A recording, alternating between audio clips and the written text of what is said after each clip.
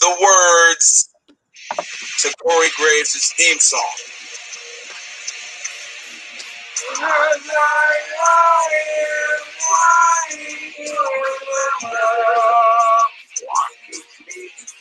I could never get that song right. Never.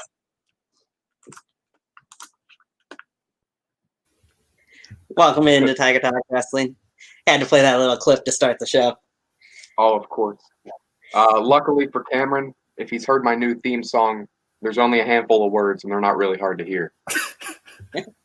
Very true. Very true. All right. I am Tony. Nice to see we've got one person in the chat room, Gunshot. Welcome into the show. Joined by my co-host, Mr. Awesome, and our guest today, Corey Graves, or Mr. Graves, if you will. First question I've been told I have to ask you is, how is Carmella? Oh, God. I actually don't keep up with WWE too often, but I do know what you're talking about. I haven't seen her in quite a bit. I just had to go there. Everybody got that joke, you know? Okay. So I'll keep tabs on comments from people on the side. If you have any questions or comments, leave them there. For anybody watching the show, we're just going to dive right in otherwise. All right, Corey. Tell me a little bit about your wrestling origins. What first got you interested in wrestling as a kid? When I was probably about 4 or 5, my dad was watching wrestling. I was born in 95, so he was watching it in the late 90s. And the wrestlers that I remember seeing, I remember seeing Sting, Kane, Stone Cold Steve Austin, Rey Mysterio was my favorite at the time. And I stopped after probably a couple years because I wasn't watching it on my own. And then when I was probably about 9 or 10, I picked it back up and started enjoying it myself. Nice. That says, hey, Mr. Corey Graves, how you doing? Pretty good. How is everyone? I hope everyone's excited to see me. I haven't been on a talk show in quite a long time, so this should be good. It has been a long time, and long time coming to get you on here. Yeah, definitely. I'm excited. Yes. So, you mentioned kind of your influences as you're getting a little bit older before you started in the backyard wrestling area. Who were some of those influences that would eventually lead into you deciding, okay, I want to try this with my friends and see what we can do from here? Well, when I started watching again, it was around WrestleMania 23, 24, that time. And although he was a heel, and although outwardly I was like, I hate this guy, Edge was probably my biggest influence to, like, every time I saw him, I was just laser focused on the TV. He was the perfect heel. And in my mind, he's the best heel ever. That like early 2000s, around 2010 era, he was captivating. People like The Undertaker were amazing. When CM Punk started to blow up, he was one of my favorites. Right. And of course, there's all the exciting ones. Jeff Hardy, I don't know who hasn't watched liking Jeff Hardy. I don't know who hasn't watched liking John Cena. Even if you boo him, you tune in to watch John Cena when he was on TV. Very true. And the thing that really got me was never the in-ring stuff was awesome, but it was always the stories that they tell. That's my favorite thing about wrestling. Right. And that's we've heard a lot of people mention before is those stories are kind of what brings it to it. You always have the wrestling, you know, there's going to be very good matches to great matches depending on the match, but the stories are what really hook most people. Gunshot mentions he's doing good. He has a little bit of a cold, but other than that, he's doing fine. Hope you feel better, Gunshot. I see that. I'm looking at the chat on my phone. I don't want to bring it up on my computer and mess things up. Yeah, I've got mine both places. They don't show everything from YouTube on here. All right. So Mr. Awesome can jump in anywhere as he wants to from there. But so when you got into backyard wrestling, was there anybody that you watched before you started doing the backyard wrestling? Like backyard-wise, people that I saw wrestling backyard. I saw a lot of like the GBYWN stuff. ETTW was one of the ones that I had watched. BXW. Those are probably the only two that I knew at the time, but people like Matt Morris, Brad Hazard, I remember Mark Electric he did like a triple backflip all the time, and I could never flip, but I thought that was the coolest thing because I couldn't do it. Those kinds of guys, they would pull off things that you would never even think about seeing on television, and that actually drew my attention watching that stuff more than the stuff on TV. Right. Makes sense. So then we go into HBTW.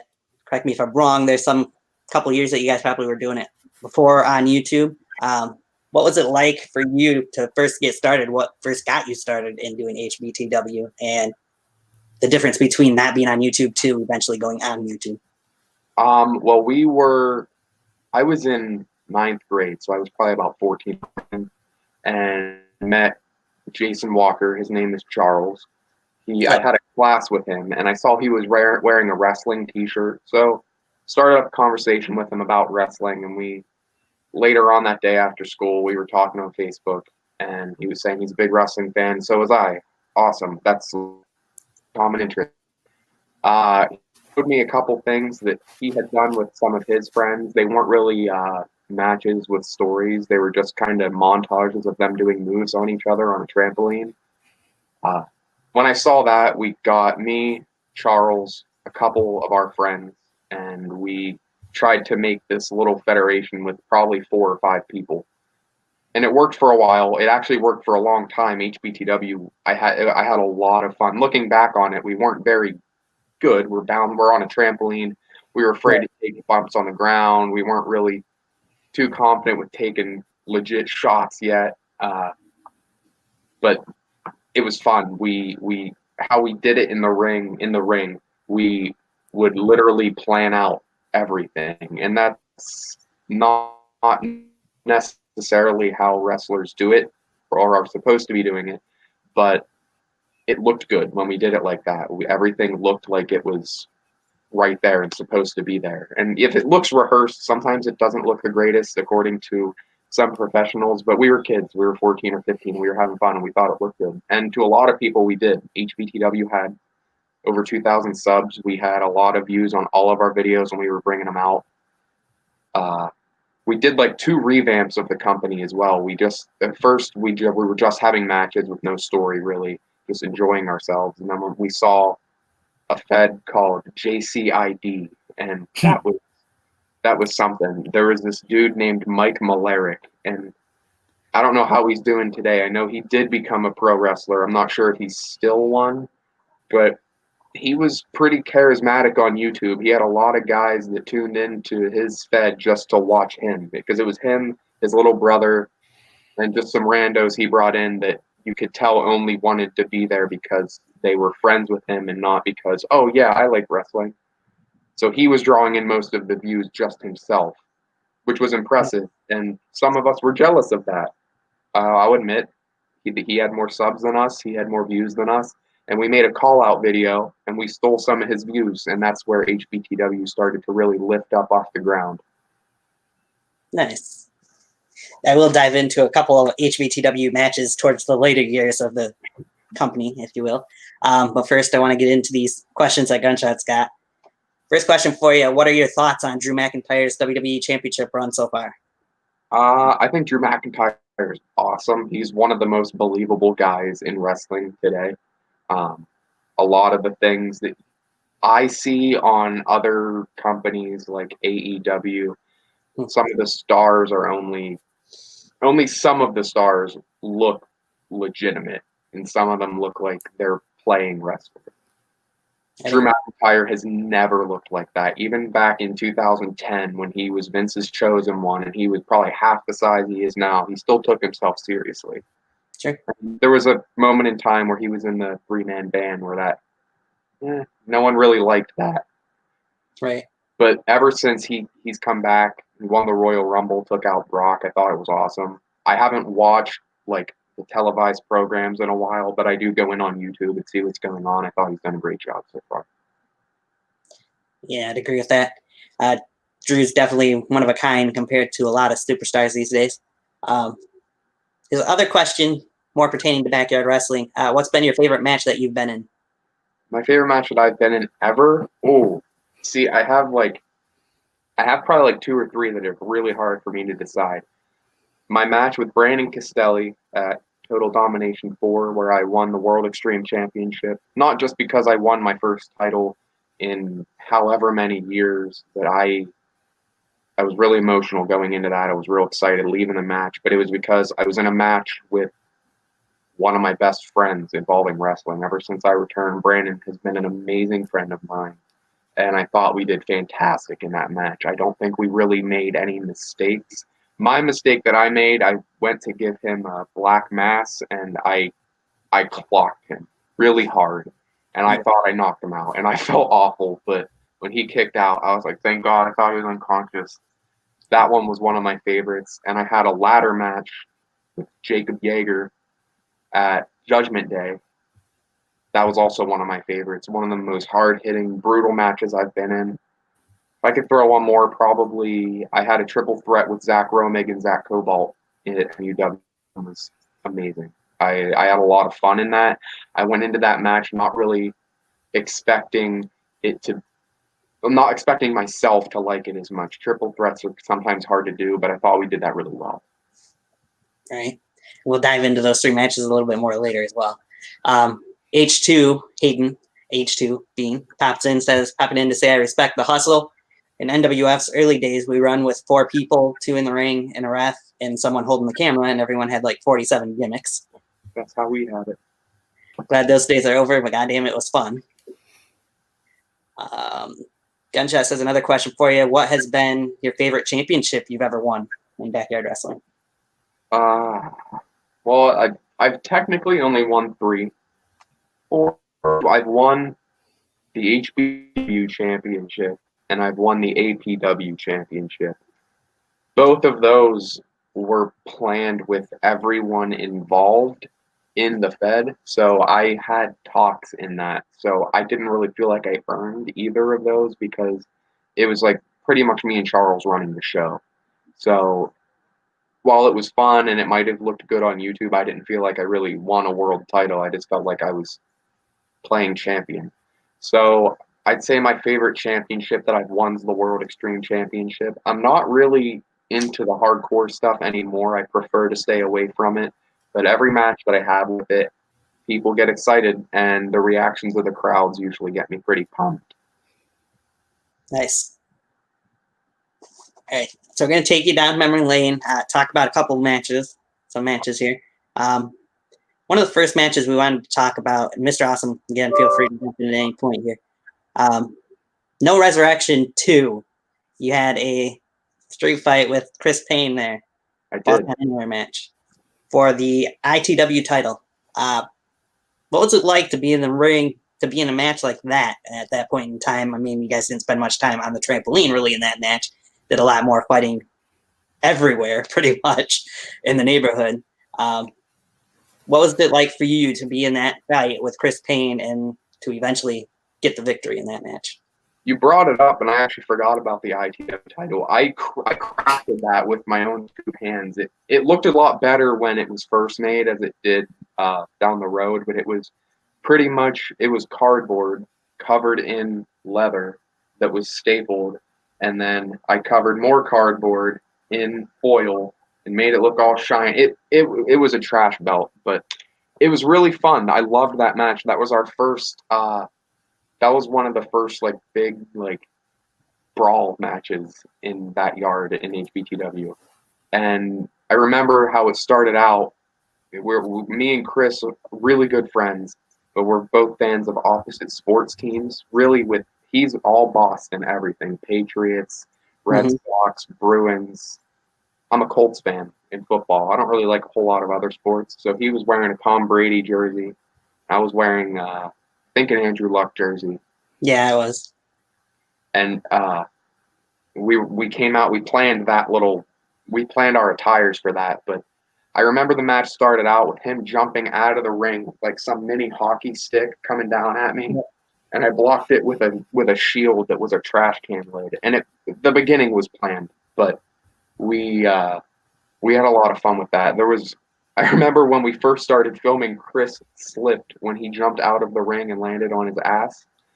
And there's a blooper somewhere on the HBTW channel of that happening, but we had to completely restart the match. Luckily, it was right at the beginning. Right. Going through that, I remember afterwards both of us being really sore because it was the first kind of match that we had done like that with weapon shots. I took Chris's finisher on the ground on like a big road sign. That didn't hurt nearly as bad as I expected it to. Again, I was probably like 16 at the time, I believe. We ended up taking the brawl the whole way down like 3 blocks to a convenience store, and we used the fence. And then someone yelled at us mid-match because they thought we were actually like hurting each other, like trying to kill and murder each other. So we took the match the whole way back up to the yard and brawled around. I think it was like a 15-minute match, which was pretty long for back then with what we were doing. And I remember the finish. I hit him with a chain because I'd been watching Bully Ray and TNA at the time, and that was his kind of deal. And I liked that finish, and I ended up winning that. I forget what the story was with that because it's been quite a while. I think Chris was a face heel at the time. Yeah, I believe that's what it was. I'm watching it. It was definitely something interesting to see you guys doing and to see the fight just go everywhere. We've seen it in some BYW feds, but not very often you really see a fight go several blocks away from the actual arena. Yeah, that was fun. I think me and Chris had another match where I was my secondary character, Demonic X, and he was his secondary character, Slade, and we had taken another fight whole way around the neighborhood.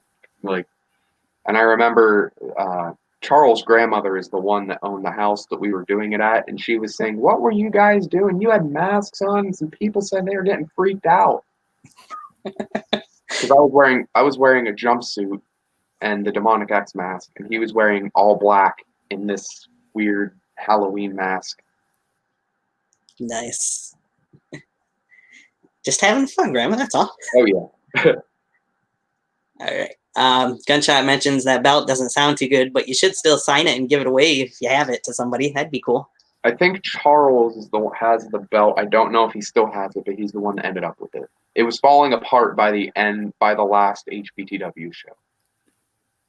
Right. Well, I'm going to jump in on this one. Go for it.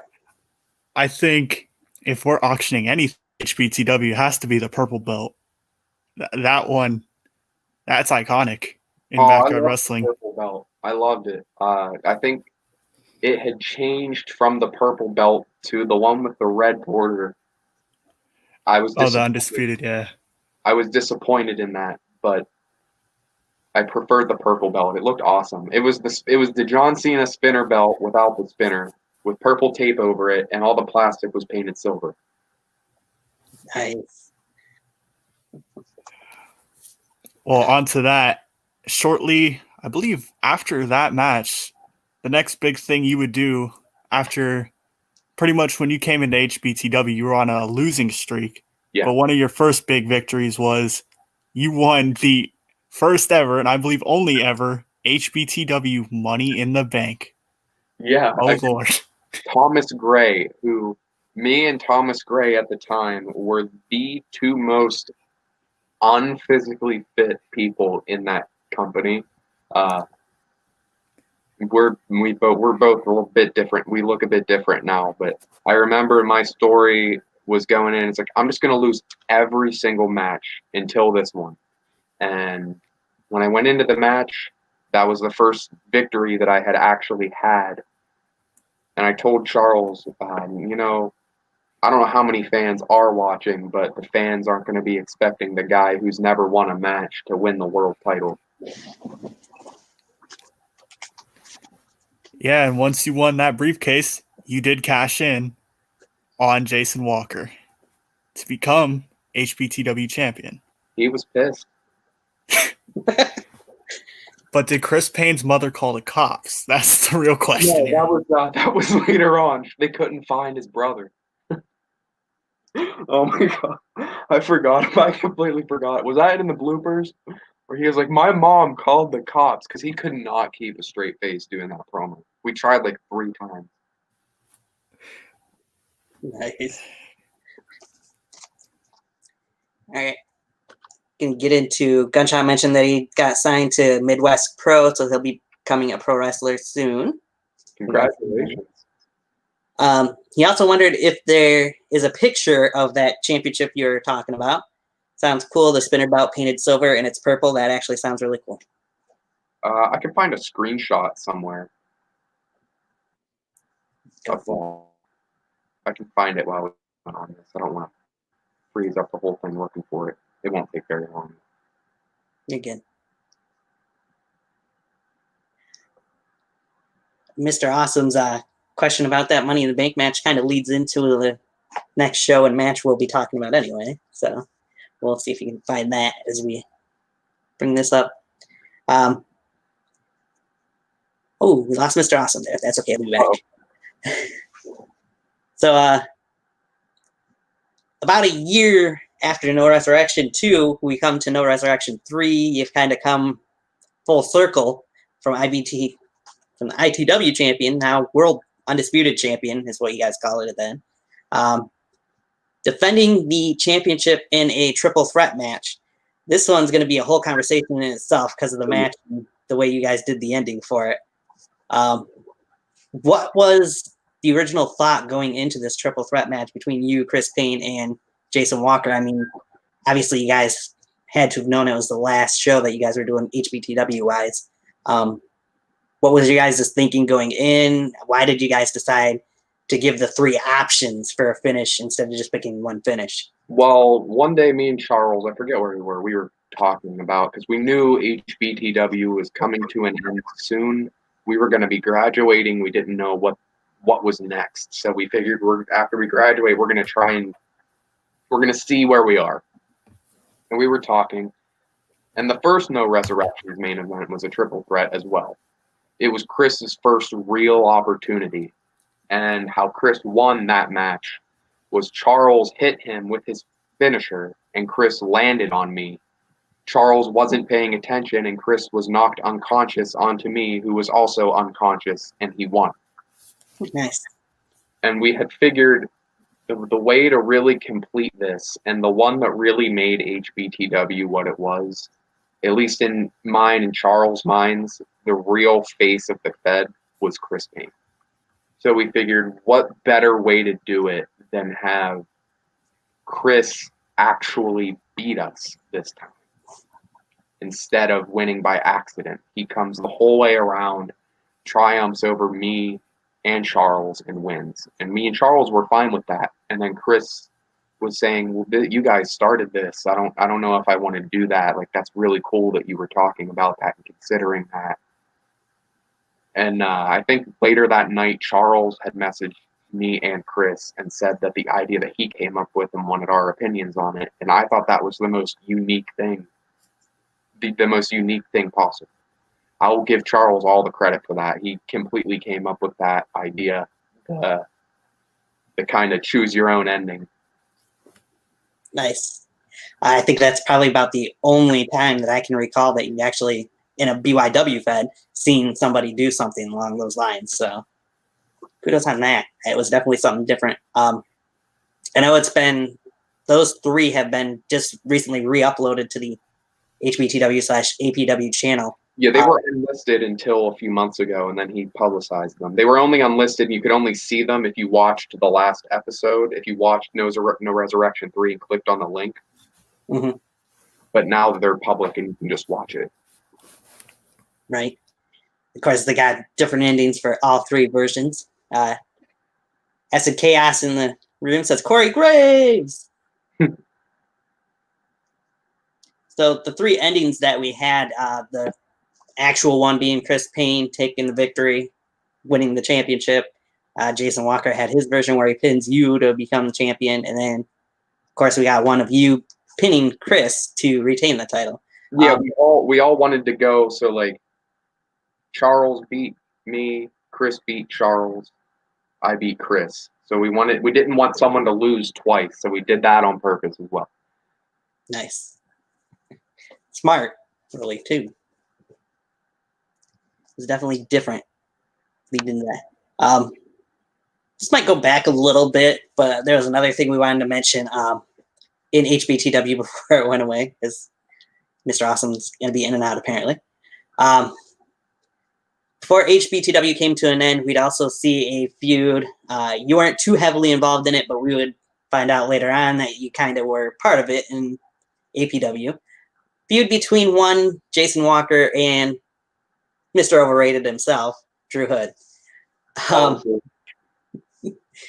What did you think of their whole feud centering around Drew's girlfriend at the time, and just the back and forth those two had before Drew eventually showed up in HBTW arena? Well, that was the first instance in our section or community of backyard wrestling where there was any kind of crossover.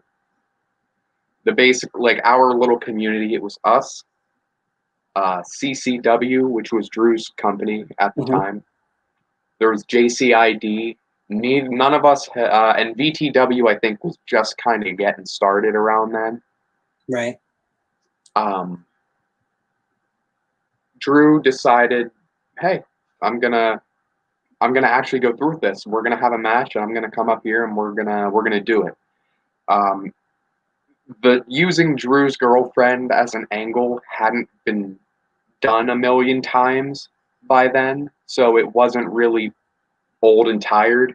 I think that might have been like the first time it had happened, so it wasn't horrible. Nowadays, anytime I see that, I'm just like, eh. But at the time, it was the first time I had seen it in backyard wrestling, so it was okay. Charles obviously was the heel in the story, and so he took it too far. Made some comments about her. I remember he was real creepy. He said something about her smelling like strawberries. I was like, dude, that's a little weird. And I know there was a promo package where he burned a picture of her. And then the day that Drew came and we decided to film everything, I was like, I want to be a part of this. I want to somehow be a part of this. So I was cameraman, not just me recording. Graves was the cameraman and the commentator and the ref. So I was kind of just talking to Drew as I'm recording him, and I'm his friend, and I was being friendly to him. I was like, dude, just get out of here. It's not safe. It's not a good, like, I know you drove, but you're best just turning around. Right. The match went through, and it was the first time any of our matches on our channel had any kind of commentating to it. And I liked it. That was actually the only time we did live commentary, too. Nice. Nice tidbit. Mr. Awesome, you got anything you want to put in from those two matches before we talk a little bit more about that feud? Well, we were talking about theme songs at the beginning of the show. I'll say...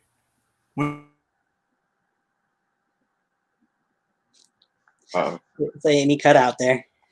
He must be having a little technical difficulties today, apparently. While he's trying to get that fixed, I will mention Adam Anderson's in the chat room, says this man is also very beautiful. I want to kiss him. Adam Anderson, another one of my best friends in backyard wrestling. Yes, sir. As you mentioned, when you guys did the Drew and Jason feud, we seen you stopping Drew at first when he got there, telling him to just go back home, not to do it. You guys had a backstage segment, I think, during that show as well, talking about the same thing pretty much.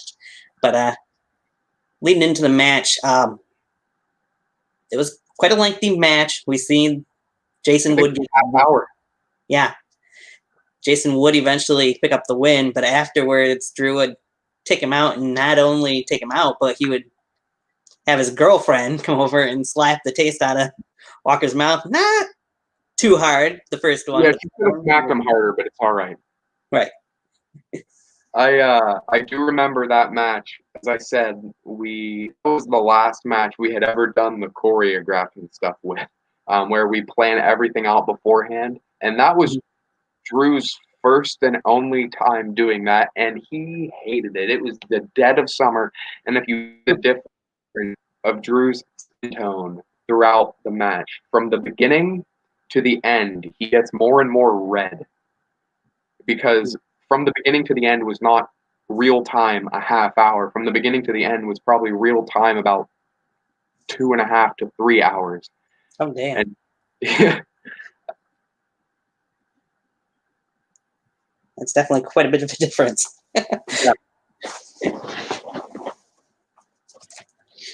and I remember that was the first time Charles had been really a victim, because after the match, he took the biggest beatdown that I've ever seen Jason Walker take. Right. He took probably 6 or 7 different finishing moves and didn't get up. Right. I think that, I mean, that was really, Drew, you drove 7 hours here to put me over, so I'm gonna get the crap kicked out of me. Yeah. So mentioning that was pretty much the first crossover kind of leads into the next thing. APW would start around the time, but we'd have Best in the Yard 1. So what was it like for you? First of all, you were by yourself from APW going to BTW for this Best in the Yard. What was that trip like for you to head there for one, and then to be in the main event of the very first Best in the Yard with, of course, Nick, Ecstatic, and Cameron Jackson? That was, at the time, the coolest thing in the entire world to me. We were just really getting APW back and kicking it back up, trying to make it what HBTW was to the fans. And at the time, I had actually made the anonymous character, and I was like, I'm bored. I'm gonna come up with something completely new, completely different. And the execution of it was really difficult, so it didn't work out the way I wanted at the end. But at the beginning, it kind of brought everybody together, because I had more editing skills then than I do now. I haven't done it in quite a while. And I made a few pretty cool videos calling people out on this hit list. And I remember the hit list was Myron Reed, Cage, Cameron Jackson, Drew Hood, myself, Jim Walker. There was someone else. Forget who this one was, but I had put myself on there to divert tension from myself, so people wouldn't be like, "Oh, it's Corey." But me Right. making that kind of got everyone to talk to each other and start collaborating. And I didn't reveal what Anonymous was for quite some time, but Which was really good. I would go in and talk as Corey Graves, and I made really good friends with Cameron Jackson, Everett Creed, Drew, a lot of the VTW guys, Ecstatic. And we were talking back and forth, and there were some people planning some dream matches. And at the time, when you were planning dream matches with crossovers, usually it was just a pipe dream, meaning, oh yeah, we're going to do this, but it never happens. Right. Cameron messages me one day. He goes, yo, how would you like to be in a triple threat with myself and Ecstatic? And I was like, that sounds amazing. I don't know the odds of that actually happening, because nothing big had happened yet because of that. And he said, well, we're planning this real big show, and we want that to be the main event. The matches that I remember, the card was Drew Hood versus Big Mike, which in my mind was the real main event. There was Dirty to Chico versus Diablo. Yep. There was Avery Hoke versus the Winnipeg Warrior. In a flag match, if I remember right. Yes. There was a weird battle royal. There was Jack Daniels versus Daisy. Yep. There was Tyler Storm versus Everett Creed. I might be leaving one out, and there was the main event, which was the triple threat. I don't know what else I'm forgetting. Aaron Jones went against Aaron Jones and Kevin Shaw. Oh, yeah. For the whatever title it was at the time. And at the time, everyone had gotten thrown into a group chat, and we were trying to come up with names for the show. And as we're coming up with names for the show, my specialty is thinking of really weird out there names that probably wouldn't be used, but could be used. And I threw out best in the yard, and that stuck. So officially, unofficially, I came up with the name for best in the yard. You heard it here. Nice. But when that actually happened, I didn't drive yet. I didn't have a car yet. Cameron said, I want this to happen. It's going to be me, Dirty to Chico, and Everett Creed. We're going to drive to Altoona, Pennsylvania. We're going to pick you up, and then we're going to drive from there to Claremont, North Carolina. And we did. They got here about 2 or 3 in the morning. We went to Denny's. Dirty to Chico almost got in a fight with someone. And then we were on our merry way.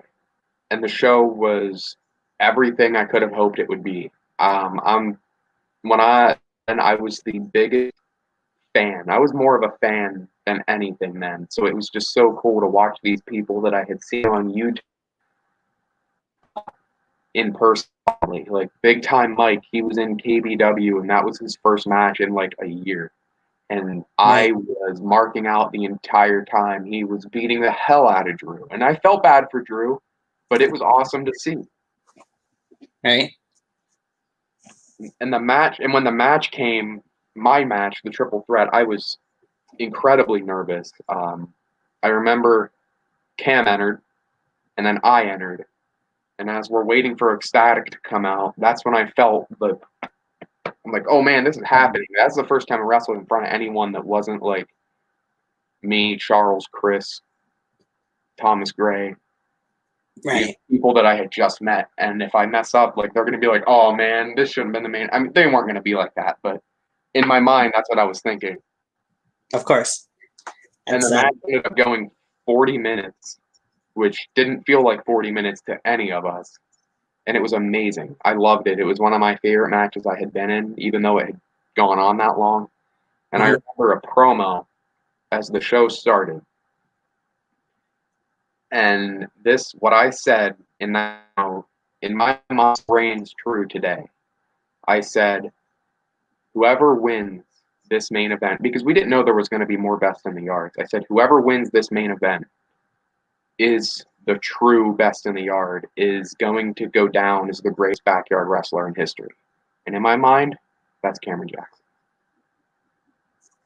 Fair enough. On the match. Yeah, he did. The end of that match, we would see kind of a little flip in there. It looked like Cam was going to go for the Black Toad Splash.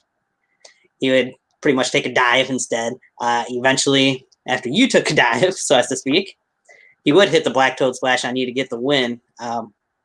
Was that a feeling when the match was over? Was it a feeling of happiness that the match was done, that you guys had done something this big? Or what exactly was it feel like once the match was going on, once it finished, once the show was done and put together and out there for everybody to see? When I go into a wrestling match now, what's going in my mind, like what I usually plan is something to start with, something to end with. We didn't have anything. We just went. So we didn't know what the finish was. I was hitting all my big moves. He was hitting all his big moves, and Ecstatic was hitting all his big moves.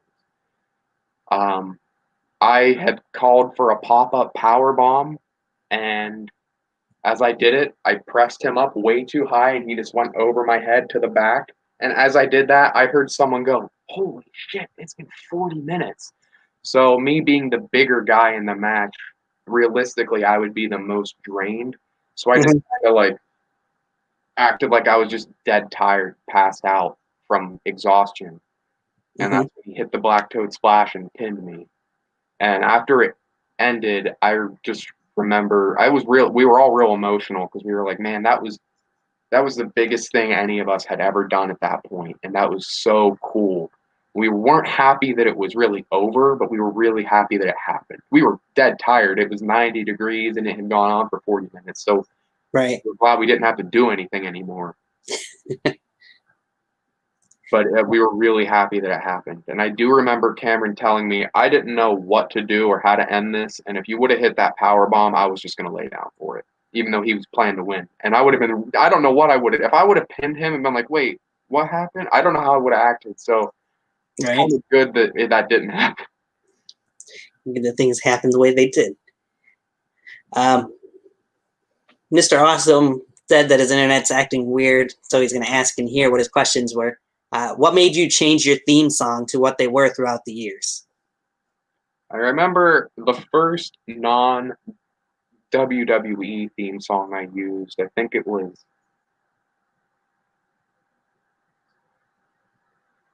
I think it was an AF song. It was just something that I had been listening to for a while. I thought it sounded good. I didn't know what made a good theme song then, but the song that I remember using for a long time was Hysteria by Muse. The intro to that, it's real synthy, it's fast, upbeat, and I wanted to come out to something like that. It didn't really match with my character, and then the first thing that I had that matched my character was the one that no one could tell the words to. It's Deeper by Ion. And that's actually from one of the Dragon Ball movies with Broly. Okay. But that was my song for probably 5 years, 4 or 5 years. And then until I had my one that I'm currently using.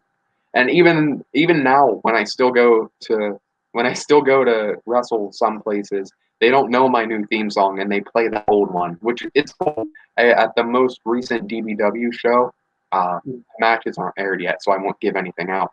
They played that theme song, and I went, and in my entrance, I didn't even say anything. I didn't even say, "Wait, that's not my song." I just went with it, and everyone kind of popped for it. The nostalgia. Oh yeah. Right.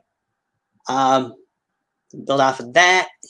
Go into talking a little bit about APW. I'll get into Mr. Awesome's question about it. But as you guys started APW, what was it like for you knowing that Chris obviously wasn't going to be part of it, but you guys had a couple other new guys that were coming in as part of APW? Well, the cool thing with APW is Chris wasn't really an on-screen character, but he was pretty much the cameraman the entire time until he shipped out and went to basic training. So he was there and saw all of it live, and we could have used him as a character, but we didn't know when he was going to have to go, so we didn't want to have to like write him off real quick in like a stupid way. Right. But in APW, it was me, it was Jason Walker, it was Shavardakis. He chose the name. We had Thomas Gray. We had Just Doug. I think those were the only unmasked people we really had. We had Chris come in for 1 or 2 appearances. Other than that, we had Demonic X, which was me. We had Silencio, which was me as a jobber in a paintball mask. We had MX Mystery. We had Arkham, which looked like a bobblehead and was supposed to be serious and turned into a jobber. We had Anonymous, which was supposed to be serious, and we didn't know how to execute that, so we just kind of killed him off.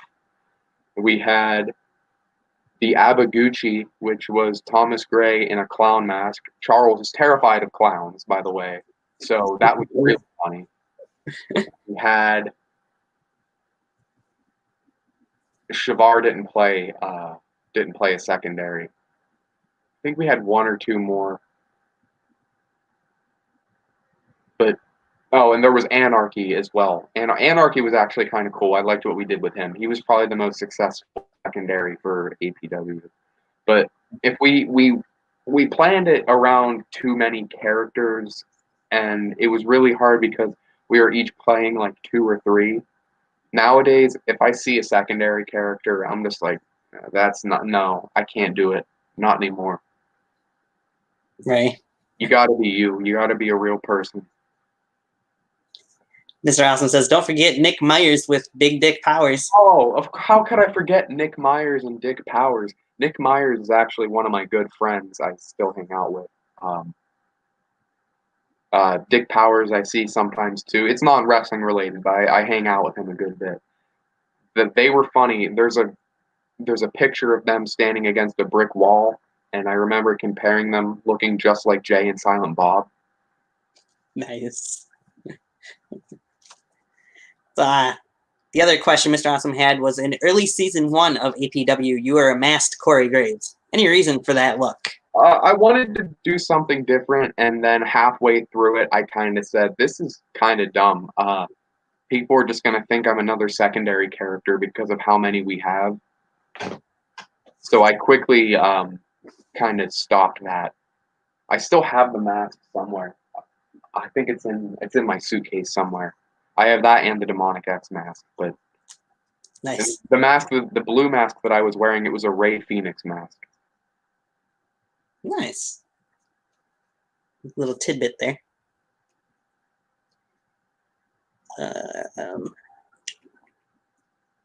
So we'll jump into the first big event of APW, which was, of course, Day Zero.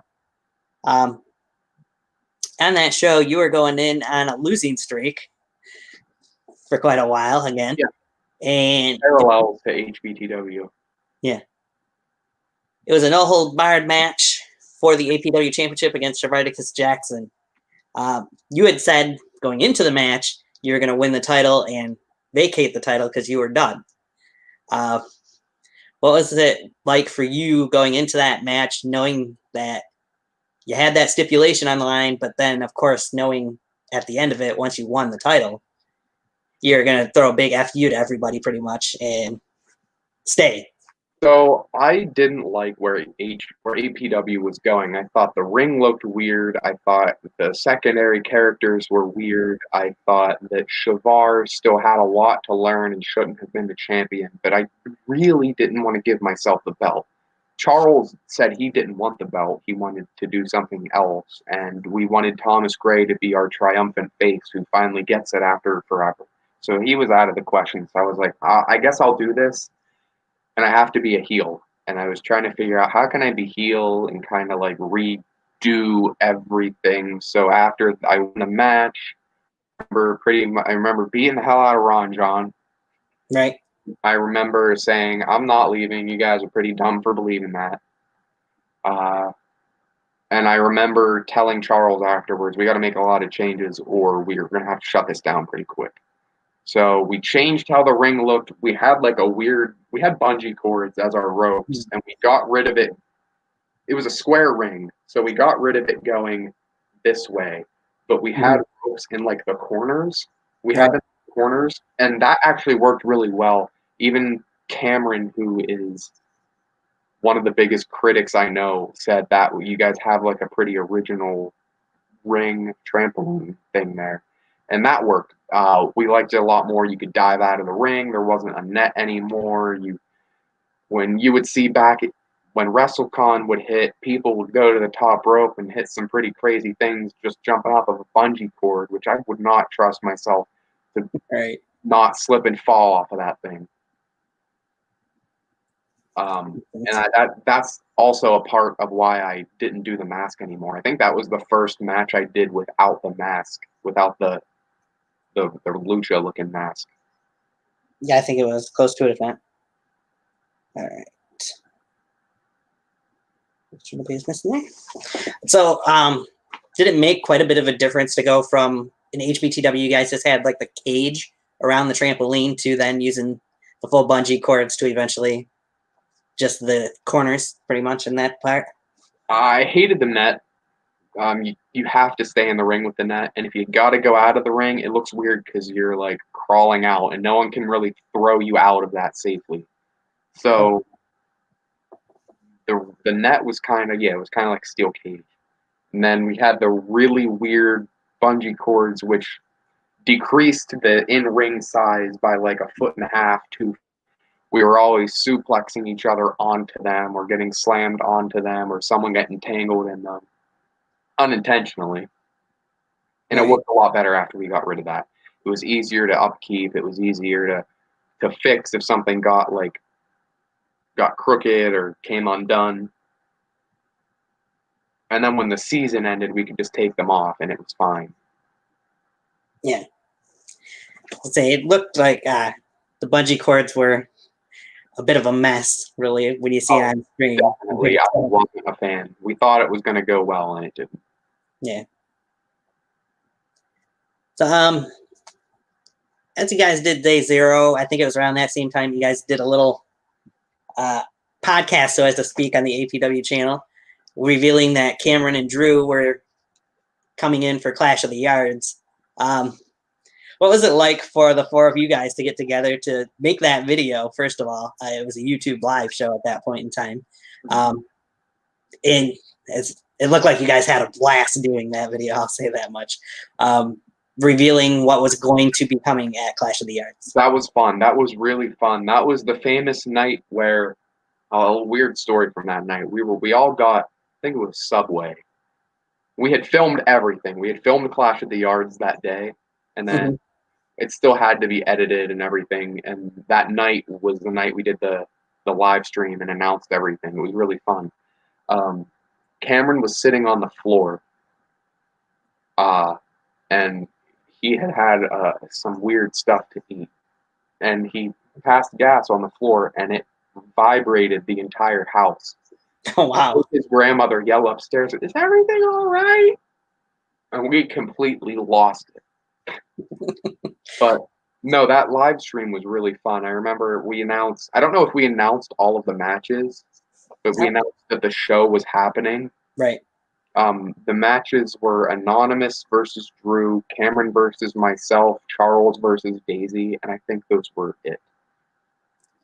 I think there was one other match too. There was Joe Cool and Thomas Gray. Yeah. Mr. Jocelyn says Cam job to the Subway sandwich. Yeah, he usually does. And it was interesting watching the live stream back a couple days ago, seeing Cameron going on there as all these different CJE characters, of course. Everybody looking for Thurman throughout the whole thing. Looked like a blast anyway. Yeah, Cameron is always, he brings a different energy wherever he goes. I believe it. Talked to the guy a few times. I can believe that very much. So let's take it into Clash of the Yards. At the beginning part of the show, Drew Hood's out there. We know the main plot for this show is that it's going to be Drew Hood versus Anonymous. And at the beginning part of the show, we find out, well, you're Anonymous. So we get to see you quite a bit on screen throughout that show. Yeah. As you are in 2 matches throughout the night. So that kind of made Cameron a little mad at me. And I wasn't thinking, I didn't know. We didn't tell anyone. It was just me and Drew said what we were doing.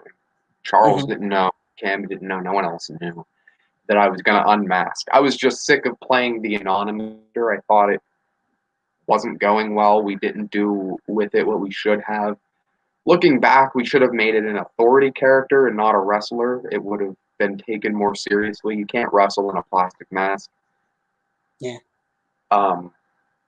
Cameron was mad because he said I buried my match with him, and I agree. Looking back, it was awful. I shouldn't have done that. Realistically, what should have happened is my match with Cam should have opened the show, which it did.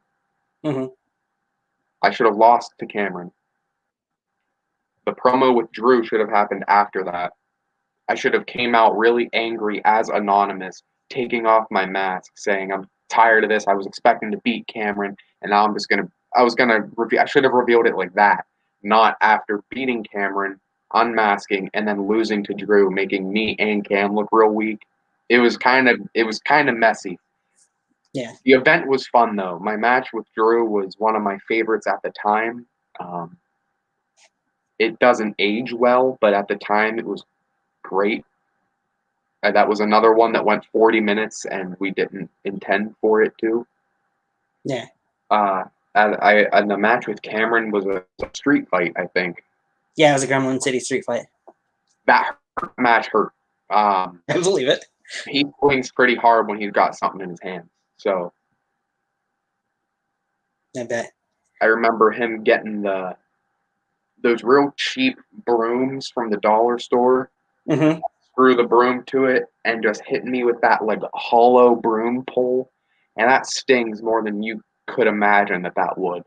He bent that pole in half pretty much. Yeah. So. And the match with Drew, I remember giving him his own finisher, which was a package pile driver in the trampoline, and the weight of me and Drew made the whole trampoline go down to where I just gave it. It pretty much gave it to him on the ground. Oh. he was fine, but I was like, man, I didn't know that was gonna happen. Right. But after that day, I was pretty beat. I was real tired. Everyone was real tired because it was hot that day. Every day there's a crossover. It somehow decides to be like 95 degrees. Of course. Even though it was like in September, it was Right. like 95 degrees. So speaking of the package pile driver, that is how you won the first fall. Yeah. Falls Count Anywhere match. We'd see the first blood match, which Drew would get the win with an emergency broadcast on the chair. And then in the last man standing, Drew would win after putting you through a makeshift 2 tables. Yeah. What was your thought making those 2 tables the way that you did? It kind of looked like you had it together at one point and it fell apart from what it sounded like, and then it put it back together again. It fell apart as I was putting it together, and that's when I bullied Ron John into helping me. Right. Threatened him if he didn't help me, I was going to powerbomb him on the ground. So I made him help me put the glass table on top of the. It was like tires and sawhorses. Yep. And I bumped through. I fell through it. I wasn't hurt at all, but putting it together, it looked like a death trap. Right. It did too. That's something I don't think I've seen quite exactly made since that way. It was definitely unique. Quite an ending to that match, seeing you get knocked through the 2 tables. I want to say he just pushed you off, if I remember right, off the side of the there. So Looking back, it would have been better for him to do a move to me through that, but I was kind of sketchy. We weren't as good as we were back then. Yeah. I could have seen like an overrated kick and knocked him back and through it. Would have been better, but it still turned out well. Mr. Awesome's question pertaining to that match, was the Graves-Drew match an idea that you guys had back at the first meeting of HBTW/CCW when Drew first showed up? No. We didn't have that match idea. We planned Clash of the Yards probably a month or 2 after the first Best in the Yard. Me and Drew were talking about it probably a few weeks to a month after Best in the Yard happened. Okay. So I'll take it from there. We'll talk more about this later, but Clash of the Yards was after the first Best in the Yard. We would eventually see before Best in the Yard 2, you guys would have your own crossover event there in APW. In my mind, that, and I might be a little biased, but that was the best crossover show. And up until someone got a ring. Right. It being WrestleCon. Did you guys, like I said, I'll get more into WrestleCon in a little bit, but I just got one question because it's in my mind at the moment about it. Did you guys kind of have the idea when you did Clash of the Yards that you wanted to do something like WrestleCon at some point down the road, or was that something that would come quite a bit later? A little bit later, we did another crossover show. It was APW versus UWE. Yep, we'll get in there. And that was Retro Invasion. And that was really fun. I had my match with Rick Rios. Cam had his match with Shavarticus. Jason had his match with Lips. That whole show went well. No one was upset. Everyone loved it. The only thing was we did the classic double clothesline finish. And Cameron to this day says, "Corey, I'm mad you didn't weasel your way into winning." Nice. But after that, we had been talking. We'd been talking about planning our basically, if Best in the Yard is WrestleMania, what should be SummerSlam? That's what we talked about. So that was WrestleCon. Took place in like March or April. Yeah, somewhere in that area. All right. To get back towards our timeline before we get into WrestleCon more. After Clash of the Yards, we would see Oktoberfest Hellfire would be pretty much the next big show. You would have a triple threat match between you, Shavarticus, and Thomas Gray for the championship, which we'd see you pick up the win, pinning Shavarticus Jackson. Thomas Gray was looking strong throughout the match, but wouldn't get the title at that point in time. What is your main memories leading into and having that triple threat match in that show? Wondering how the hell Jason Walker turned out the sun. Shavardakis had me in a guillotine choke right after I believe I gave him a spine buster, and he just held on. And Charles turned out the sun and appeared in the ring, kicked the hell out of Shavar, and I ended up pinning him and retained my belt. Mhm. The match was really fun. I remember Thomas Gray beating the hell out of us. That at that point was when me and Jason noticed, wow, he's improved a lot. If you look at since he started, because some people wrestling sticks with, and some people it doesn't. If you look at people like Jackal from HBTW or Shavardakis, they kind of get to a certain point and then they don't get any better. Thomas Gray just kept getting better, and that's when we were like, we got to do something with him. We got to give him the belt. It wasn't that time. It wasn't the time to give him the belt in that triple threat. Plus, it would have been better for him to win it one-on-one anyways when he eventually did. Right. What was the planning or the thinking going into it, knowing that Jason was going to be the one to help you win the match, and the formation, of course, of the Eastern State Penitentiary? Well, with APW, we wanted to do a lot of parallels with HBTW, meaning one thing happened in HBTW, something similar happening in APW. Not really recycling ideas, but there was the wreck in HBTW. Chris was no longer around. Me and Charles had never been on the same page before, so we thought, what if we did this? We have the two guys that everyone knows kind of running everyone over, beating the hell out of everyone, and all the new guys have to band together and try to beat them. Mm-hmm. So we did that, and obviously since I was a heel, I didn't want to win the match clean, so that came in the interference. Him kind of doing the weird teleportation stuff was his idea. Right. But it's YouTube. It's fine. Yeah. It's perfectly fine. It kind of helped you guys out in a way that you guys formed that as we'd see the UWE invade from there. What was it like for you guys to have Everett Creed, Fat Jack, Rick Rios, I believe Dirty came in, Cam, I think, was part of that as well. What was it like for you guys to have those guys come over and have this, I want to say pretty much a couple months where you guys, on YouTube anyways, it seemed like it was a couple months that you guys kind of had a little feud there? It was really fun. It was Cameron, Everett, Rios, and Fat Jack. We wanted Dirty to come, but he couldn't. I think something had come up. And the matches that happened on the show, it was me and Rick Rios. Yep. Charles and Lips. Cameron and Shavardakis. And we actually had Fat Jack and Thomas Gray, which that one too. That was in my mind, watching it live, that was the best match on the show. I don't know how they stole the show. I don't know how Fat Jack decided to show up that day and say, I'm going to wrestle and do this. Mm-hmm. But he did.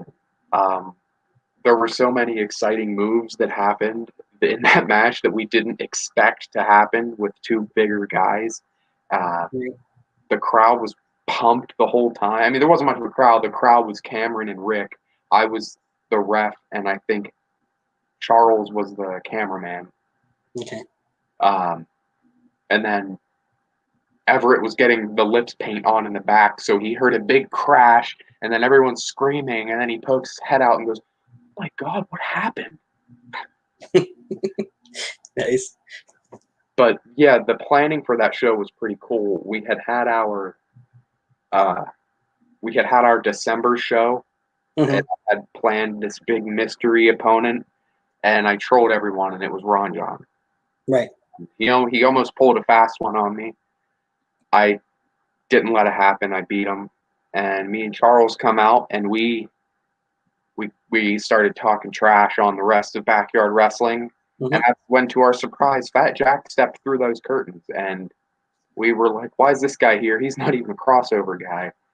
And then the rest of the UWE showed up, and we were surrounded, and we got the hell beat out of us. Yep.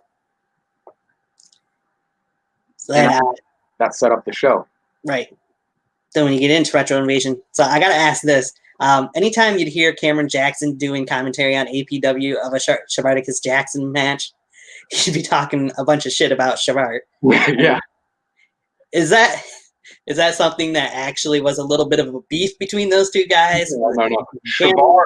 Shavar really liked Cam. He thought he was hilarious. And Cameron's more of a stickler for things wrestling-wise, like in ring. And he was just whipping on him because Shavar didn't know much of anything. And nothing to Shavar, but I don't even know if Shavar understood a lot of what he was saying. Gotcha. But yeah, Cameron liked Shavar. He said it's just not for him. Right. Makes sense. So take me through. Kind of took us through the show a little bit. What was it like for you to be in such a hard-hitting match with Rick Rios, being a last man standing as long as that match went, the bumps that you guys took, some of the shots, of course. That one was fun. I wasn't expecting the match to go that way. I knew we were going to end up taking it out of the ring pretty much as soon as we could. We didn't want to do it right off the bat because that's what you kind of expect. So we fought back and forth. Rick can move a lot more than what you'd expect for a guy his size. So when he gets going and dives up in the air out of the ring and launches himself 12 feet outward, you're not expecting to get knocked down. And I got knocked down.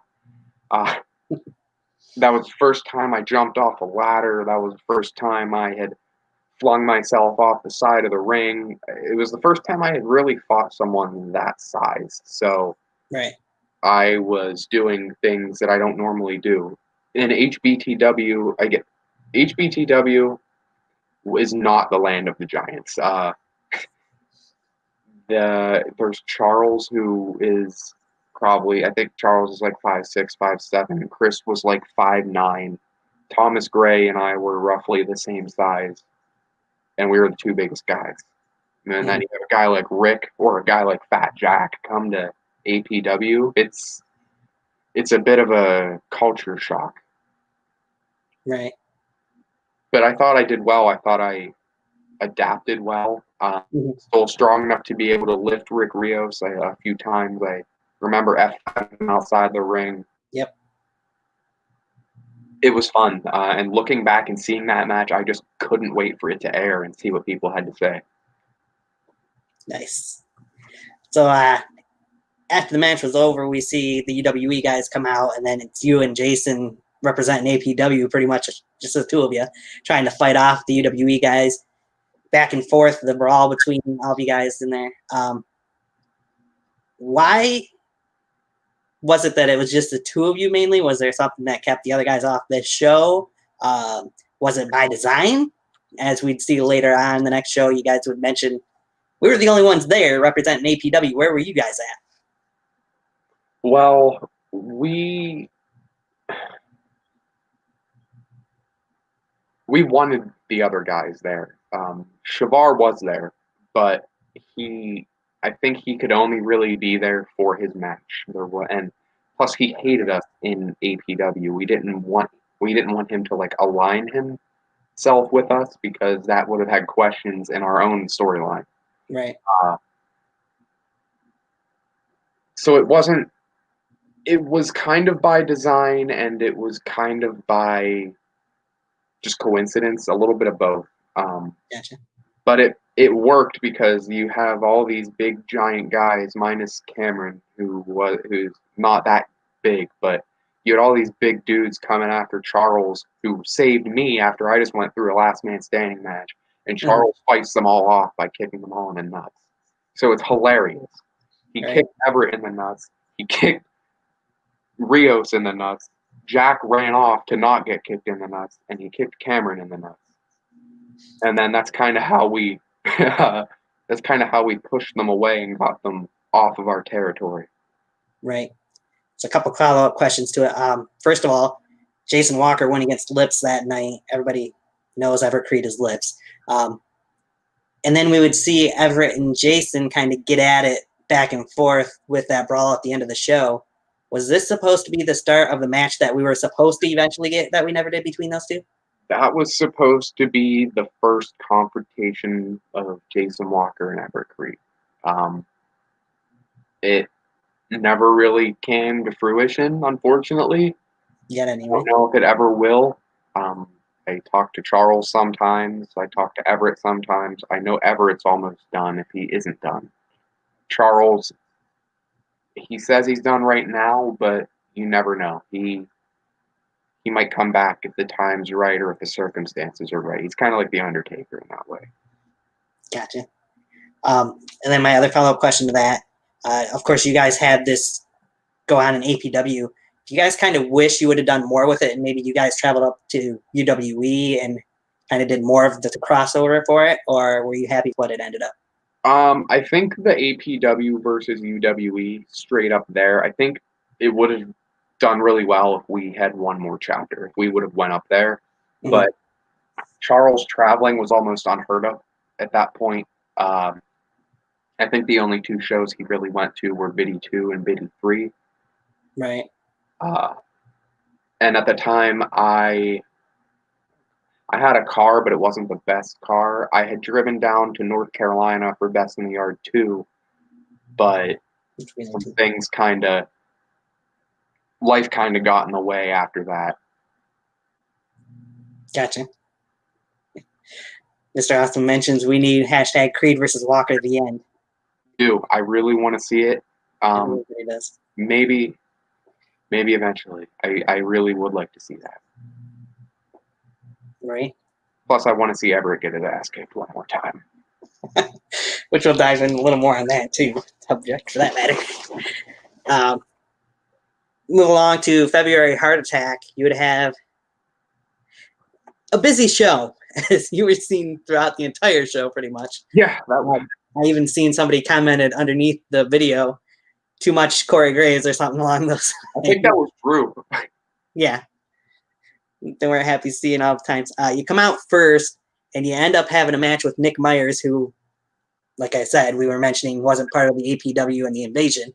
So you said, well, you were going to give him a beating and teach him a lesson, pretty much, after you guys had a 3-person meeting in the back. That match went a decent amount. Nick got some offense in there, but it did come to an end because Thomas Gray came out and would eventually handcuff both of you. What was the thinking behind that whole start of the show to get things going? And to Thomas obviously taking out both of you, handcuffing you to leave you for dead, pretty much. I didn't know those were going to go on the same show. I thought that Nick Myers was going to be uploaded. Back in the day, one uploaded training match between Jason Walker and Chris Payne. Has a lot. I think it's the most viewed match on the channel, but I wanted it to be uploaded as that itself, the backstage promo, the match, and the aftermath with Thomas Gray. Mm-hmm. But I guess the February show didn't have enough stuff on it, and it would have just been another one-match show.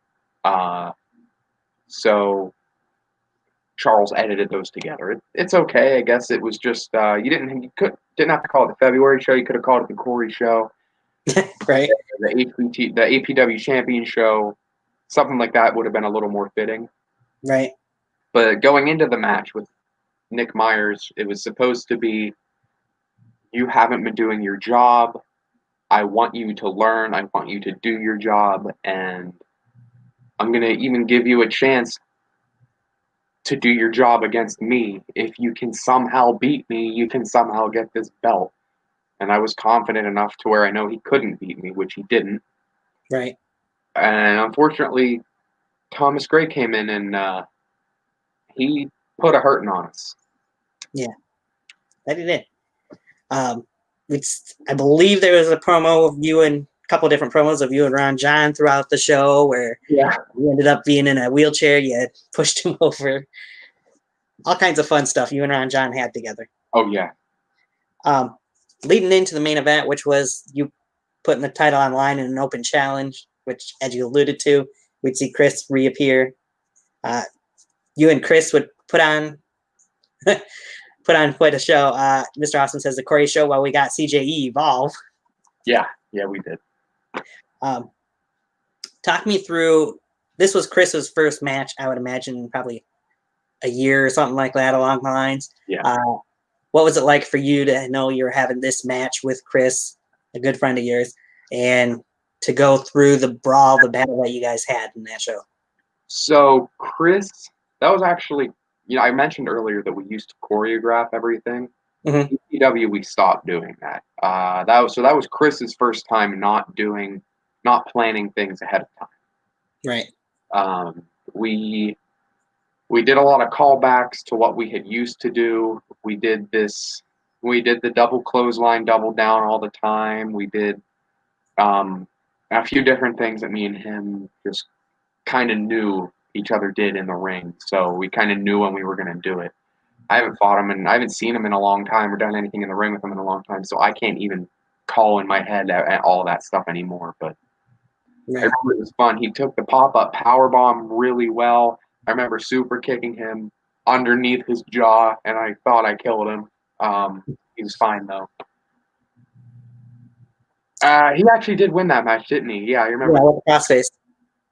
Yeah, I remember. That was actually, we didn't even do it on purpose. His first win ever in a one-on-one match was against me, made me tap out to that move, and his last match ever was against me and made me tap out to that move. Oh, nice. That wasn't even on purpose. I just noticed that. Falls Count Anywhere match that ended in the ring, which doesn't happen very often, but that one did. So we wouldn't see really a whole lot just APW-wise from there, so we'll move into the two crossover events before we get to the end of APW. What was your thinking of, I mean, some of these guys we didn't really see that much of as APW was coming closer to the end, like a Nick Myers. I think that was one of the last times we really seen him, maybe on a couple of the Evolve shows. But did you kind of know at that point in time when February Heart Attack came out that APW was probably coming closer to the end than it was sticking around? We did these monthly shows during like the colder months because we wanted to space out our content. We didn't want to upload a bunch of stuff and then wait a whole bunch of months. Mm-hmm. So after February hit, we were expecting to start doing episodes of Evolve. I didn't know that was a wrestling show, like an independent wrestling show, Right. at the time. But we started doing episodes of that, and I thought me and Charles both thought that it was going to go further and go better than it did. Mm-hmm. And I had some things happen where I had to move away from Altoona, and Altoona's where we lived, and Yeah. the town. I had to move away from where I lived, and I was living probably an hour away, and it was harder to do the shows, whether I had work or Charles was busy, and I was the one that kind of I was the one that like planned and like scheduled everything for everyone to come over. Charles was the editor and like uploader and all that, so we like shared the work. And so it was harder for Charles to get everyone to do that too, and it kind of slowed down a lot. Mm-hmm. Got enough meetings after that to where we could do kind of a soft ending, but it didn't end as climactically as we would have wanted it to. We wanted at least one more full season. Gotcha. So before I get into the next show, Mr. Austin says, Corey, have you ever paid off your debt for winning that ticket? Oh, Isn't cocaine? yeah, that's been paid off. I actually helped Pennsylvania track down Demonic X, so they waived that for me. Nice. So as we move into WrestleCon, there was a point in time there leading into it, you kept calling out certain people. Walk me through first before we go into the match that you had. What was it like getting things set up for WrestleCon and then getting everybody there and getting things kind of put together? As we would see, of course, the wedding would lead off the show, and then we'd get into some matches. Talk me up about that wedding first, when you get past leading up into getting that show put together. The wedding, in my mind, is the greatest segment in backyard wrestling history. Yes. Have never seen anything come close to that. That is the funniest thing I've ever seen in my life. Even to this day, if I go back and watch it, I cannot help but laugh. Everything is so you have Big Time Mike as the best, not the best man. You have Big Time Mike giving away the bride. You had Jones as the one, the two, all these masked coming out as Joel's best man. You had all these backyard wrestlers sitting in attendance. It was hilarious. And partway through, there's some people stopping on the road looking at it because Everett is in a wedding dress Right. facing this guy in a mask. So everyone is saying, what the hell? Is there an actual wedding going on? So every time a car stopped, we lost it. Every time Cam laughed in that video was when he noticed someone watching us. Nice. But planning WrestleCon was really cool. We ended up, it kind of happened like how Best in the Yard happened. We had a big group chat. We decided who could and couldn't travel. There were some guys down south that couldn't make it, like Aaron Jones, Tyler Storm, and Ecstatic were unable to come. That was the first time any of us had met any of the KBW guys except for Big Time. Right.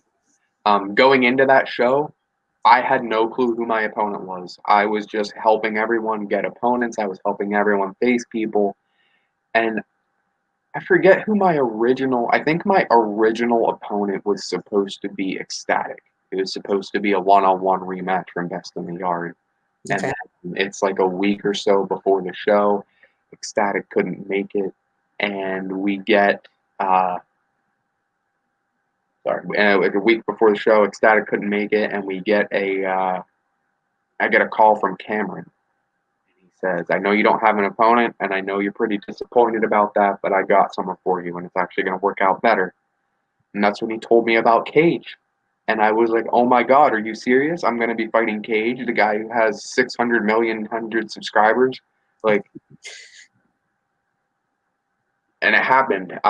When they showed up, I was like, this guy is here, like, in the flesh. And so is AK-47.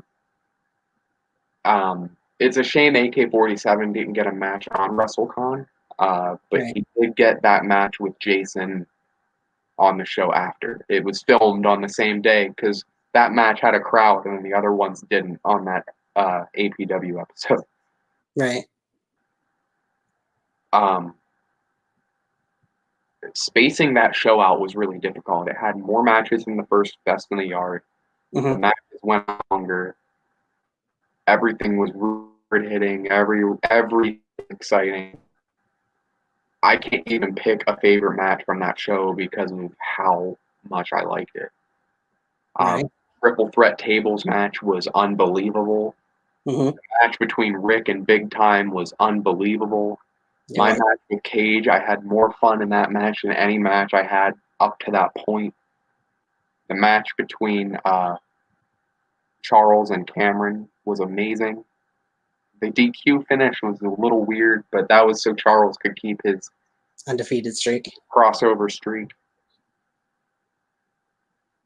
And Cameron couldn't really go in getting beaten because they were building a year-long feud between him and Drew to lead up to BITY 2. Right. As you mentioned, you and Cage had the match, 3 Stages of Hell.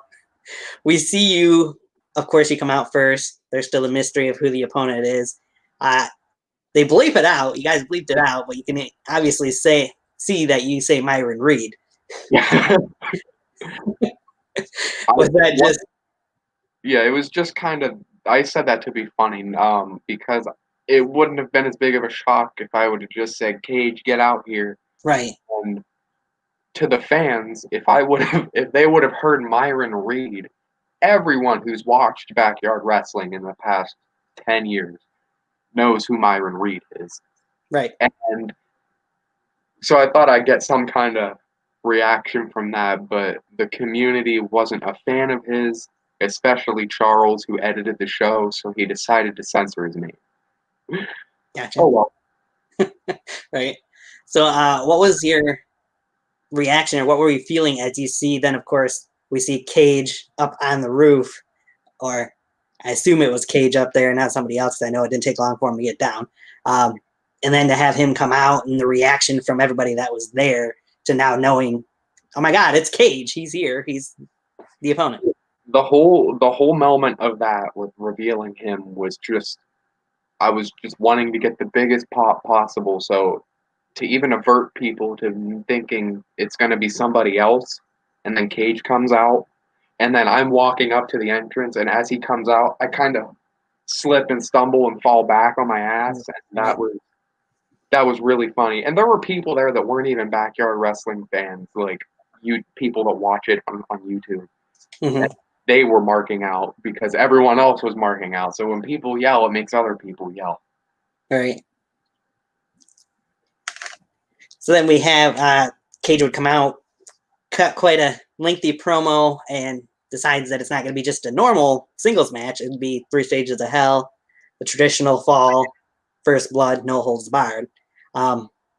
What was behind those 3 being the choices for that match? I mean, after you have a Falls Count Anywhere, last man standing in first blood with Drew, of course. And how did you feel that those 3 falls went down? Well, 3 stages of hell idea was Cage's idea. I didn't know what step to do. It was his idea, and that was his first backyard match in quite a long time. Right. So the first match, if you're going to have a singles match, it has to be the first fall. Otherwise, you're kind of working backwards. And then the second one, the first blood, I thought, I was talking to him, I said, people see blood on YouTube, they're going to be like, oh man, this is pretty intense. Unfortunately, he's not as good at blading as big time, but there was still a little bit of color. And then the third match, we were going to do Falls Count Anywhere as the third match, but the big time and Rios match was Falls Count Anywhere, so we switched to no holds barred. Okay. Of course, we see Cage beating you with one of his variations of the DDT in the first fall. Quite a lengthy first fall that one was, though. Yeah, I think that was like 20 minutes. About, yes. And we'd see you, wasn't quite as long the second fall, but we would see you eventually bust open Cage. Took a few items. Yeah. There was a weapon that we were specifically going to use, and Charles got tweaked out and put it back in the garage without us knowing. Oh, no. Of course. Yeah, I went in the garage. I went in the basement looking for it. And I think Cam made the comment that I went back to catering. Yeah, you did. You came out with was it a stick? Was it a screwdriver kind of thing? Screwdriver trying thing, yeah.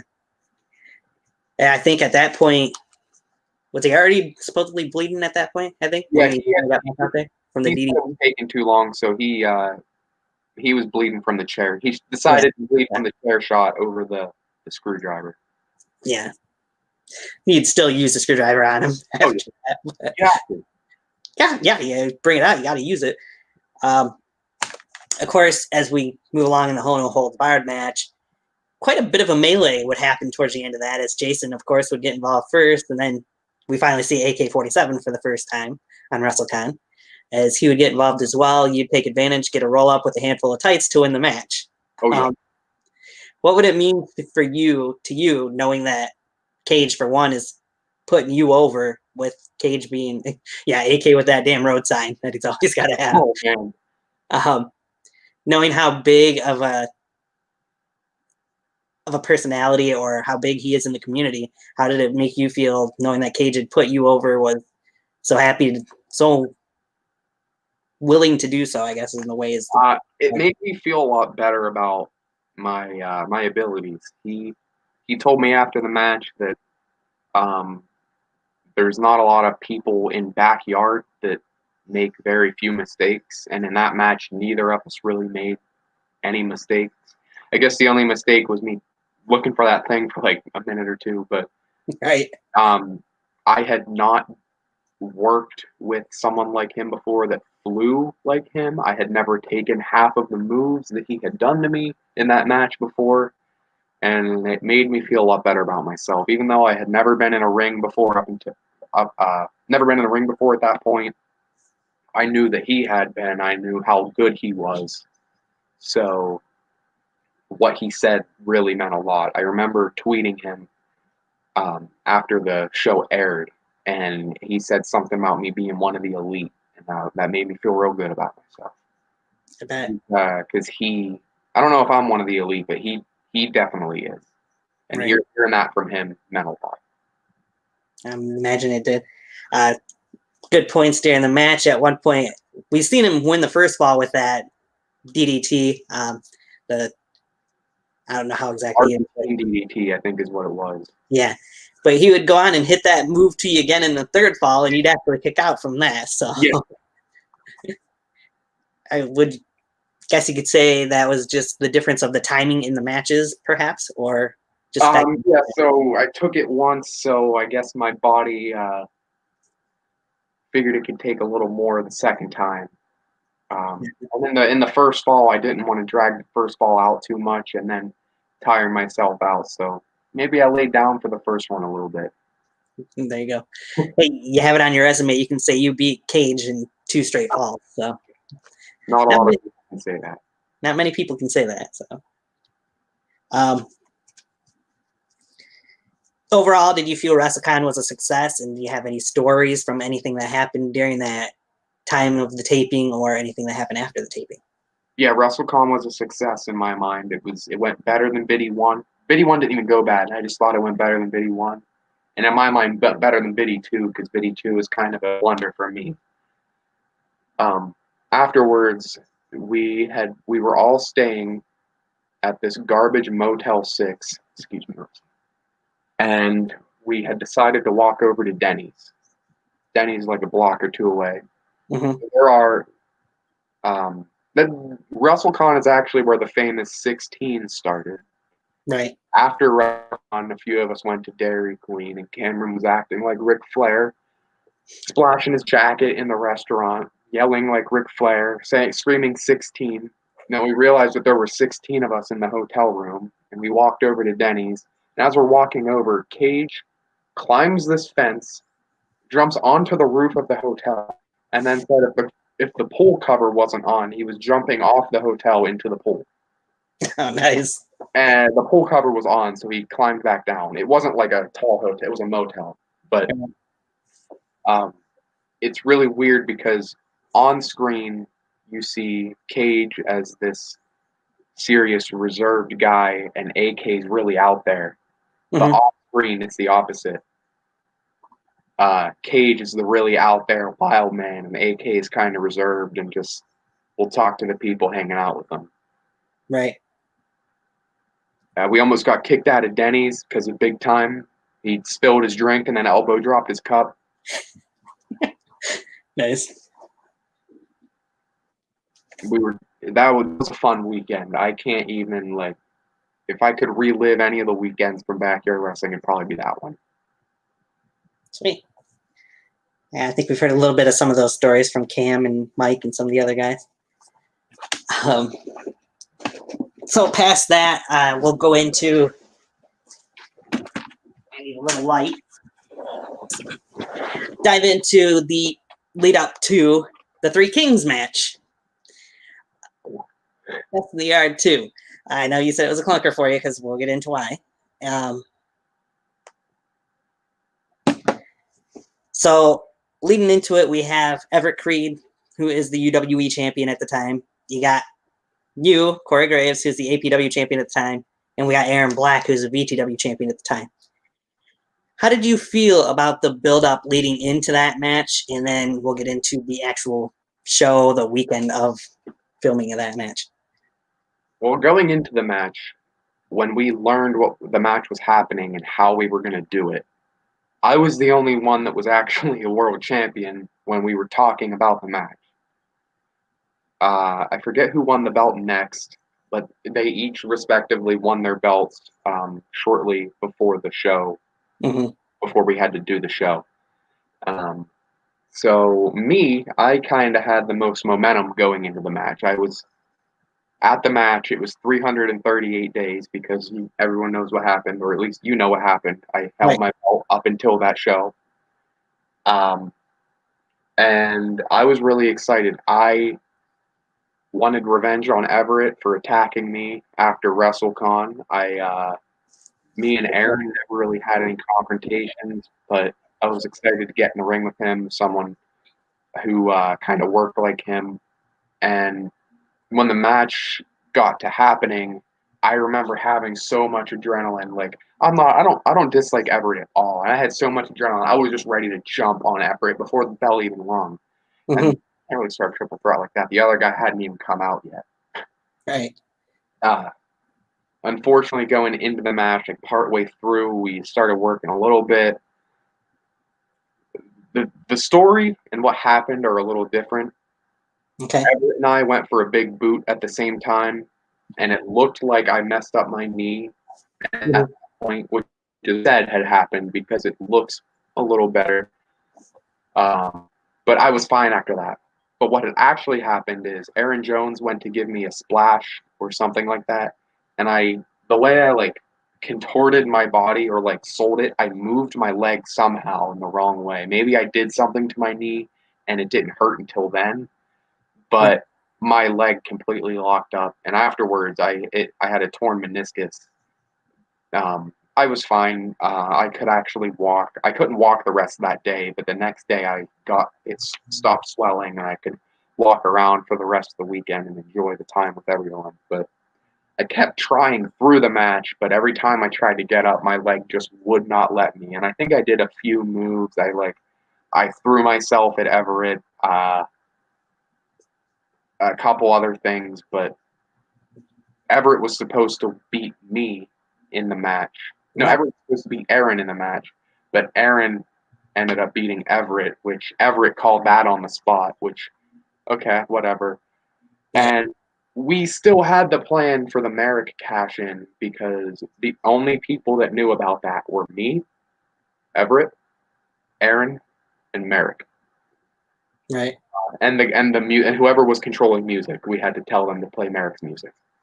But after the match, Everett taps out to Aaron. Mm-hmm. We all get in the ring. I'm real disappointed because I didn't show up. I felt like I let everyone down, including myself. And then Merrick comes out. Everett hits Aaron with the nightshade and dips, and everyone's thinking, "Oh my God, Merrick's gonna cash in," and then he hits me and pins me, and everyone's freaking out. And Charles has this frozen look on his face, like, "Corey, what did you do to our belt? What did you do?" Right. And I remember him standing right beside me because he was recording, and I was like, "Don't worry, we have a plan." But he was so mad. Like he played it off that he was kayfabe mad, but I could tell he was shoot mad. Right. Now, see, that's one of probably the only times in backyard wrestling, at least in this community, anyways, version of it, that we've actually seen a title change hands at something like that, where somebody from another company actually picked up that title. Yeah, wrestling for me is all about making moments, and if that wasn't a moment, I don't know what is. Right. Mr. Awesome said, imagine if that I assume he means the triple threat match, would have been the Universal Briefcase match. That's what it was supposed to be. We were supposed to do, if we weren't going to all three have the belt, we were going to plan like a Universal Briefcase where anyone could cash in on anyone in any of those companies, which would have been a cool idea, but that never came through. It might have caused a little bit of conflict, though, because sometimes the companies don't agree with each other. Right. He also says, what do you remember about Jordan Oliver coming up to you in the moment of the tearing? Say that again? What do you remember about Jordan Oliver coming up to you in the moment of the tearing during the match? Oh, I didn't even know it was him, and that was before Jordan was real famous too. Right. But I couldn't tell who came up to me, and he did, and he was like, "Hey man, you all right? Can you like move it?" And I told him what had happened. I had felt that happen in my leg before. It's I don't know how to explain it. It's like I can't. My knee just freezes. I can't bend it. I can't straighten it. It's all better now. It doesn't happen anymore. But I knew what was happening, and to get it to be able to work again, I have to just like work it out and find that way I have to straighten it. And it wasn't happening. He's like, "Well, do you want me to tell them?" he was asking if I wanted to tell them that I was not to touch me anymore, and I was like, no, I'm gonna keep trying. I'm gonna see what I can do. That was like the first interaction Jordan and I had ever had. I've seen him a few more times since then, up in Newburgh, Right. on wrestling shows like MLW and all that. But that was the first time I had talked to Jordan. And one of the other first impressions I got of him was his screaming marking out at Jason Walker's match in the against Tyler Storm. Like, Yeah. he was shrieking. I think Charles hit like this front flip DDT onto Tyler, and Jordan was just shrieking because it was funny. Right. Speaking of which, what was it like for you to have Charles be there with you this time when he wasn't able to make it to Best in the Yard 1? It was awesome. It was like I had an ally beside me. No one's enemies in backyard wrestling behind the scenes, but it was cool to have a familiar face there with me, and it was cool to watch someone's match that I know, and I got to see that as a fan. And I remember his match was probably the shortest on the show, but I just remember being like I was real proud. It was like everyone was trying to put on these long, like slow burn matches, and he went out there, got his job done, told his story in like 12 minutes, and it was like one of the best matches on the show. And I was like, that's how it's done. Right. Were you happy that you guys kind of got the opening of the show and were the first match to get out of the way? Yeah, his was I think his was the co-main. Yes, it was. But yeah, I was glad at the first Best in the Yard, since I was the main event, I was glad I got to get mine out of the way. Right. Before I move past Best in the Yard, I do have another question for you. This one from the King of the Mountain himself. Oh boy, Navon. Yes. He wants me to ask, do you remember during that weekend of Best in the Yard 2, hitting him with an F5 on a mattress the first time that you guys met in the VTW building? I do. He offered to let me hit him with a move since I didn't get to do much. This was after my knee was better and I could walk around. So I popped him up on my shoulders and slammed him on the same mattress that Mike and Drew used in their original match. Nice. I do remember that. And then that was the first time I met Navon too. Yeah. Yeah. There's a few others that were there for the first time. Was it just as much fun for you to be around these newer guys as well as the guys that you've seen at Best in the Yard 1? Or was there anything different about this show? I think it really started changing around Best in the Yard 3. Best in the Yard 2 just felt like super Best in the Yard 1. It was mostly the same faces plus others that had jumped into the community, like Chase Bridges. Right. Jason Walker hadn't really branched outside of APW until then. Jordan Oliver, Navon McDonald, obviously one of the best backyard wrestlers I've ever seen. One of my favorites to watch, whether he's Novin or Navon. Right. They all did amazing, and it just added to the show and enhanced it. I agree.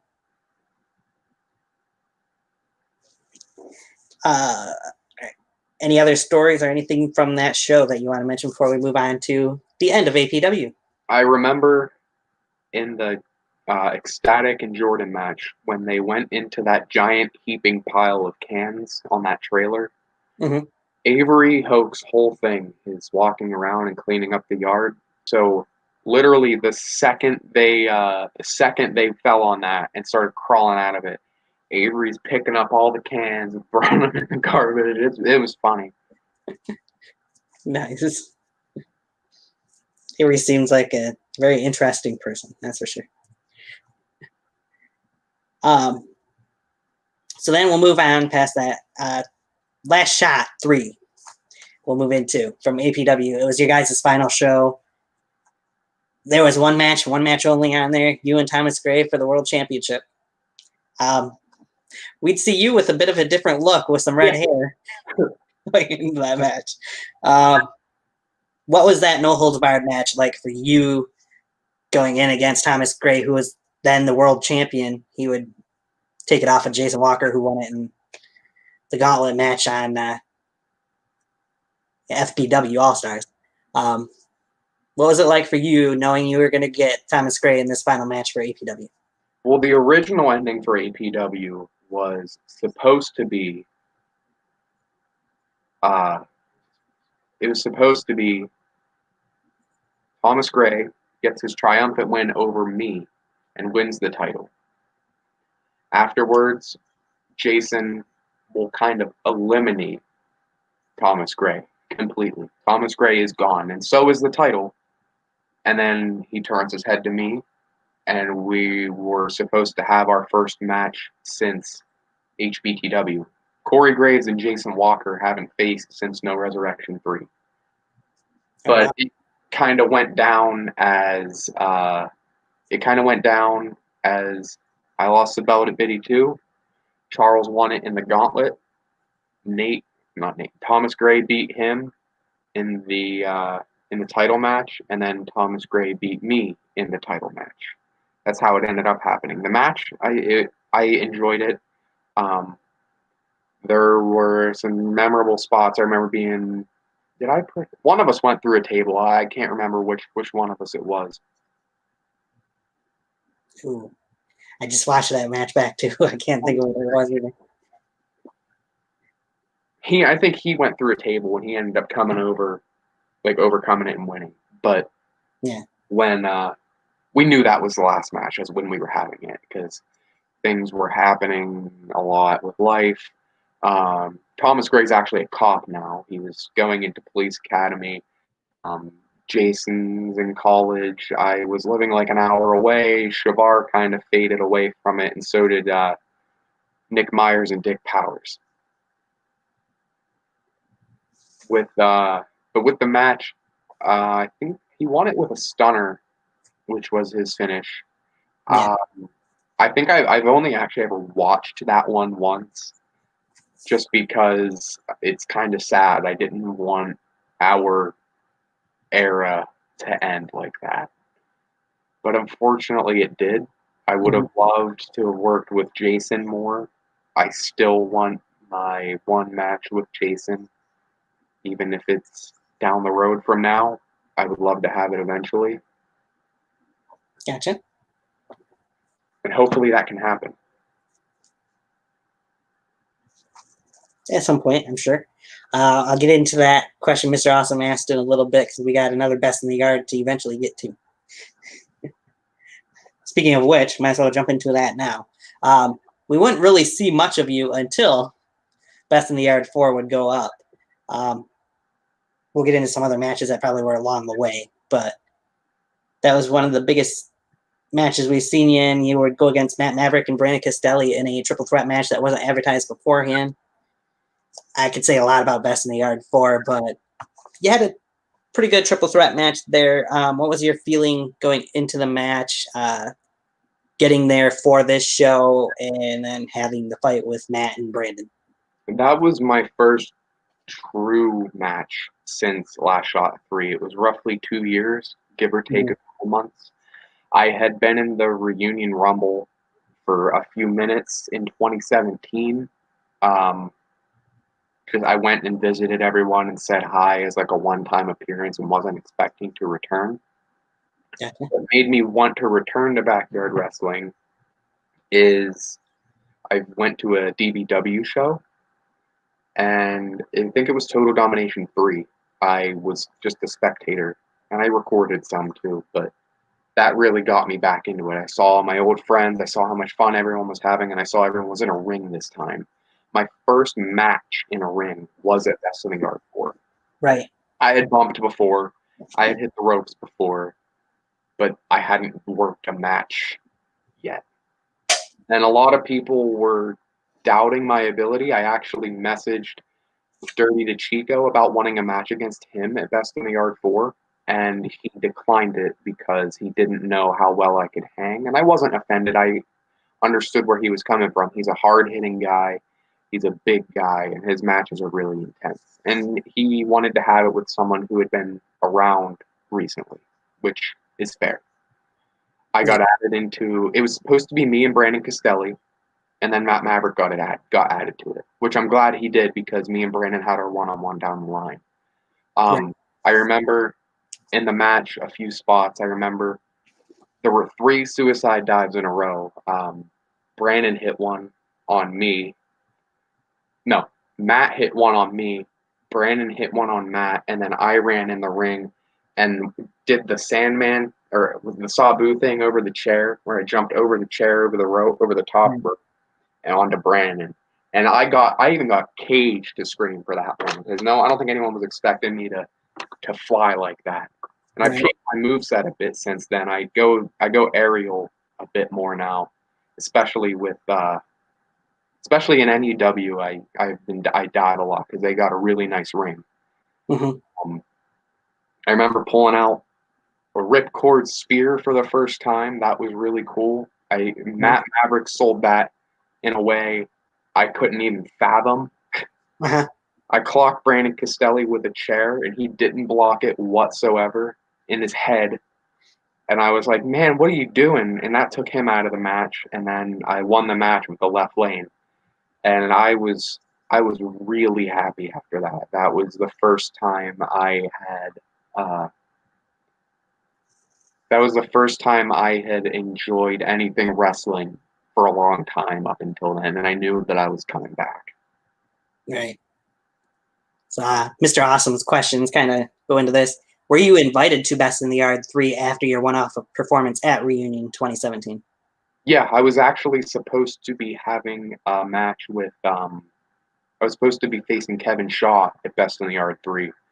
I couldn't go, and things fell through, and he ended up facing Victor Van Pelt. Yeah. His follow-up for that part was, where was your mindset at from late 2016 to Best in the Yard 4 in 2018 where you would return? I wasn't very confident returning. Late 2016, or right when I stopped wrestling, my confidence was a lot. My confidence started dropping after BITY 2 when all that stuff happened. That was the first time I wasn't able to finish a match. So it was way up there, and then it went back down after that match happened. And after BITY 4 hit, it really helped me. Dirty to Chico even messaged me and said, yo, I'm sorry I doubted you. You tore that thing down. And I want to have a match with you in the future. We never had our match we were supposed to, and some things happened, which is fine. But hearing that from Dirty meant a lot. Right. All right. Best in the Yard 4 was what it was. The production, the airing of it wasn't all that great, but I'm sure you guys had a blast that weekend. Avery Hoke had mentioned in a chat on Twitter, he wanted to know what your favorite memories of the Best in the Yard shows that you were a part of. Favorite memories from Best in the Yard? Yep. The Drew Hood and Big Time Mike match. I'm never going to forget that. I'm never going to forget the pouring down rain in the Daisy versus Zach Daniels match. Right. Daisy is powered by water. For those of you that don't know, Daisy is a plant and gets stronger when he gets wet, and he's scary. My match, I remember going through that table. It was bowing like this, and it didn't snap. And they did a senton and a splash, and it broke. I remember that. BITY 2. I remember the Jordan and Ecstatic match, how crazy that was, and how far they went. I remember, I think he did a Rubik's Cube or a Joker driver onto a trash can. Mm-hmm. And I was like, why would you volunteer yourself to do that? Right. The main event, I was so hyped for. I had been watching the build for that live for a year. Mm-hmm. And the twist at the end where Big Time came in and they all formed the FTC, everyone's mind was just completely blown away. Mm-hmm. And backyard wrestling changed a lot after that. Everyone was trying to one-up them. Yeah. Now, I'll let you finish for Best in the Yard 4 that you're at. For Best in the Yard 2, would you say it was a bigger shock what happened at the end, or the cash-in, or would you say they're about the same? Well, since I knew about the cash-in, bigger shock for me was what Ooh. happened in the end. I don't know other people's perspectives, though. Fair enough. Usually people pay more attention to a main event anyway, so I'll give them that too. Right. It's definitely a year and lead in for that one too, which is something you don't see in backyard wrestling, let alone pro wrestling usually. So. Of course, that was kind of built off of The Rock and John Cena's year-long feud, but I'll get into Navon's other question when we get talking more about that. So let's move on from there. DBW, you mentioned you were there and watched a couple shows. The next times we'd really see you was a couple shows that you were a part of in DBW. Starting with Danger Zone in 2018, you would have a last man standing match for the World Extreme Championship against Cyrus. Pretty physical. Yeah. Physical match. That was the most painful match I've ever been in. I would imagine so. You two did a lot of damage to each other, and something you don't see in backyard wrestling was brought out at the end. That was, we seen a bag brought out. Most of the time you'd think thumbtacks, glass shards, something along those lines would be in it. It wasn't neither one of those, though. You guys had nails in that bag. What was going through your head leading into that match, knowing it was going to be a hardcore match, first of all, something that maybe you weren't as familiar with at that point in time, and you're kind of just starting to get back into the flow of wrestling, really, at that point? Well, I had been at one show prior to that, which was Judgment Day. I was in a kind of a squash match against Dagan Raw, which I won, and then I was in the Anarchy ladder match. Damon Scar ended up winning that, but I did some cool things. I front flipped over the ropes onto everyone. That was the loudest pop I've ever gotten. It was in a building too, so that's probably why. But right, it was a lot different than Judgment Day. I knew I was facing Cyrus, and no one had warned me until right before the match. They say, "Hey, Cyrus is a little stiff, buddy," and I was like, "Oh, it's fine. Like I've like messed around big time Mike in dark matches." They're like, "No. Like he's stiff with weapons." I was like, "Okay."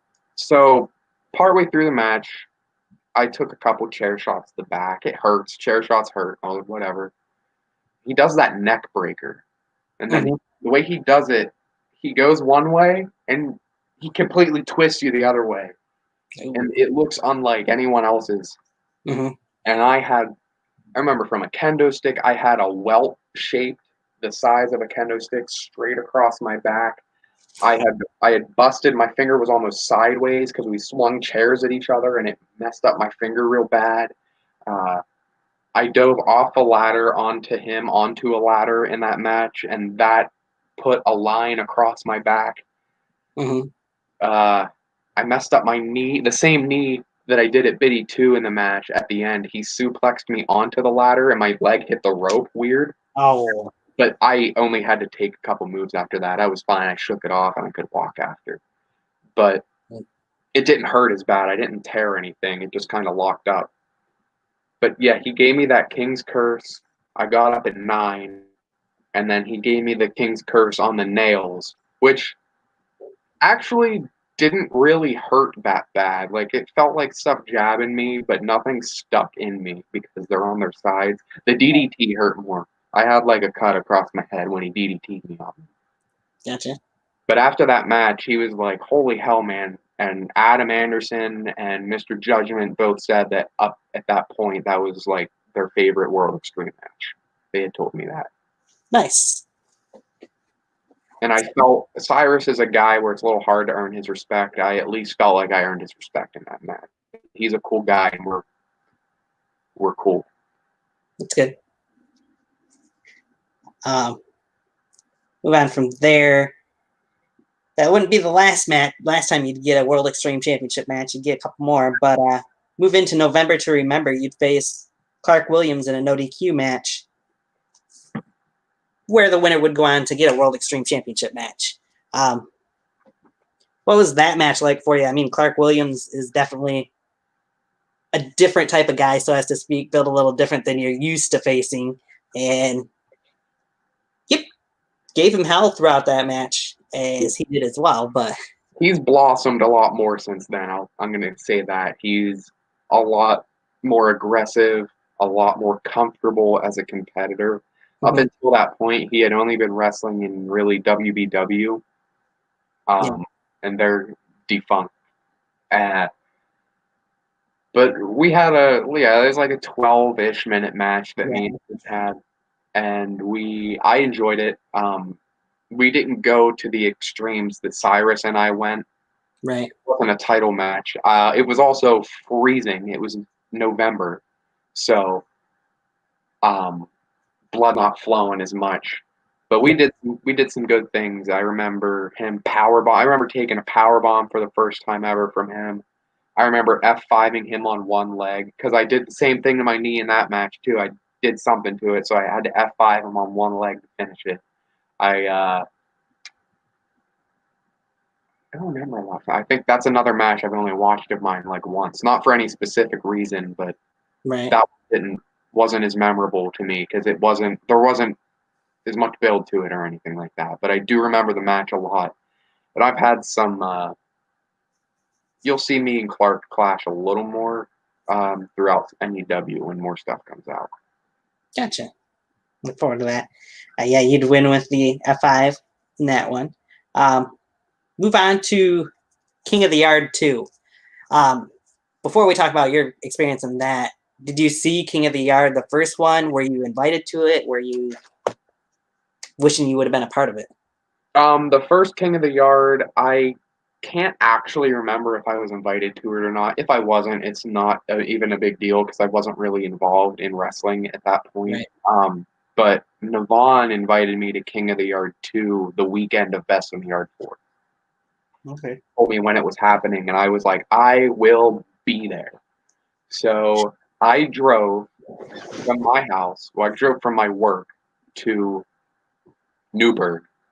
I left Altoona at probably 10:30 and drove there and got there at like 3:30 or 4. And then I slept in a Dunkin' Donuts parking lot in my car.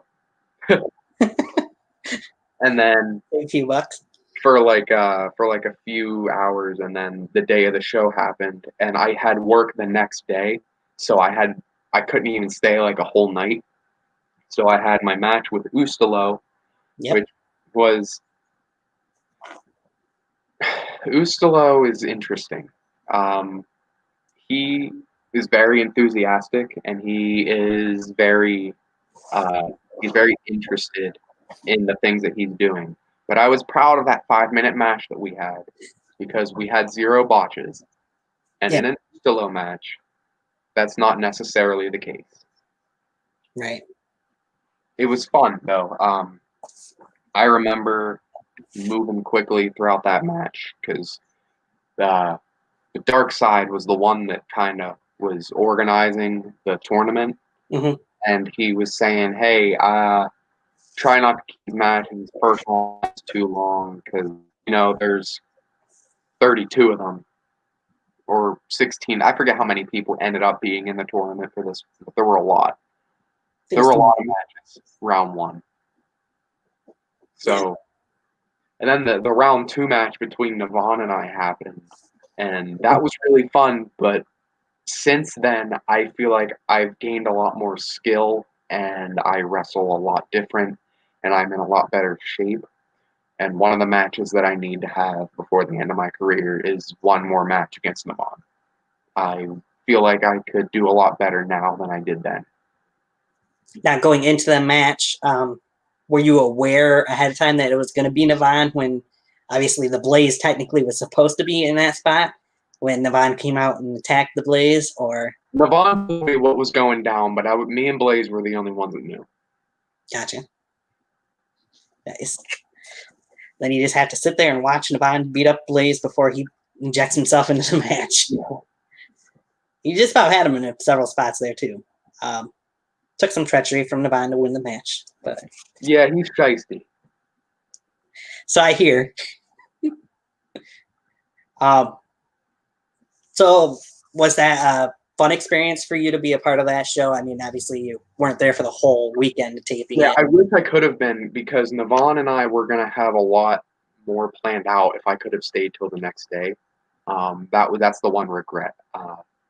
And I was even happy that I was getting a first round win. I was expecting to go there, meet everyone, get one match in, and have my stuff done with, because I wasn't as well known at that point. Maybe I would have been more well known like 3 years before, but I had been absent for a while and I had never been in a interview. But everyone was really welcoming. Everyone was really nice to me. It was pouring down rain that day, but everyone was still in good moods, good spirits. I met a lot of people that I still know and see all the time when I go to wrestling shows. Seems how you've been in, at that point, 3 wrestling rings. You've been in the BTW ring, DBW, NUW. Was there any one of the 3 that you preferred to be in more so than the other 2? I like NUW's ring the best solely because of their ropes. The ropes are thick. The ropes are stiff. I can climb to the top of that and launch myself upwards. Sometimes it's hard to get ropes tightened. Mm-hmm. DBWs are good, but and the only downside of NUW is the ring size, but I can't even complain about that. I love wrestling there. And the only time that's bad is if there's like a fatal 4-way match or something, because then you've got a whole bunch of people in the ring. Right.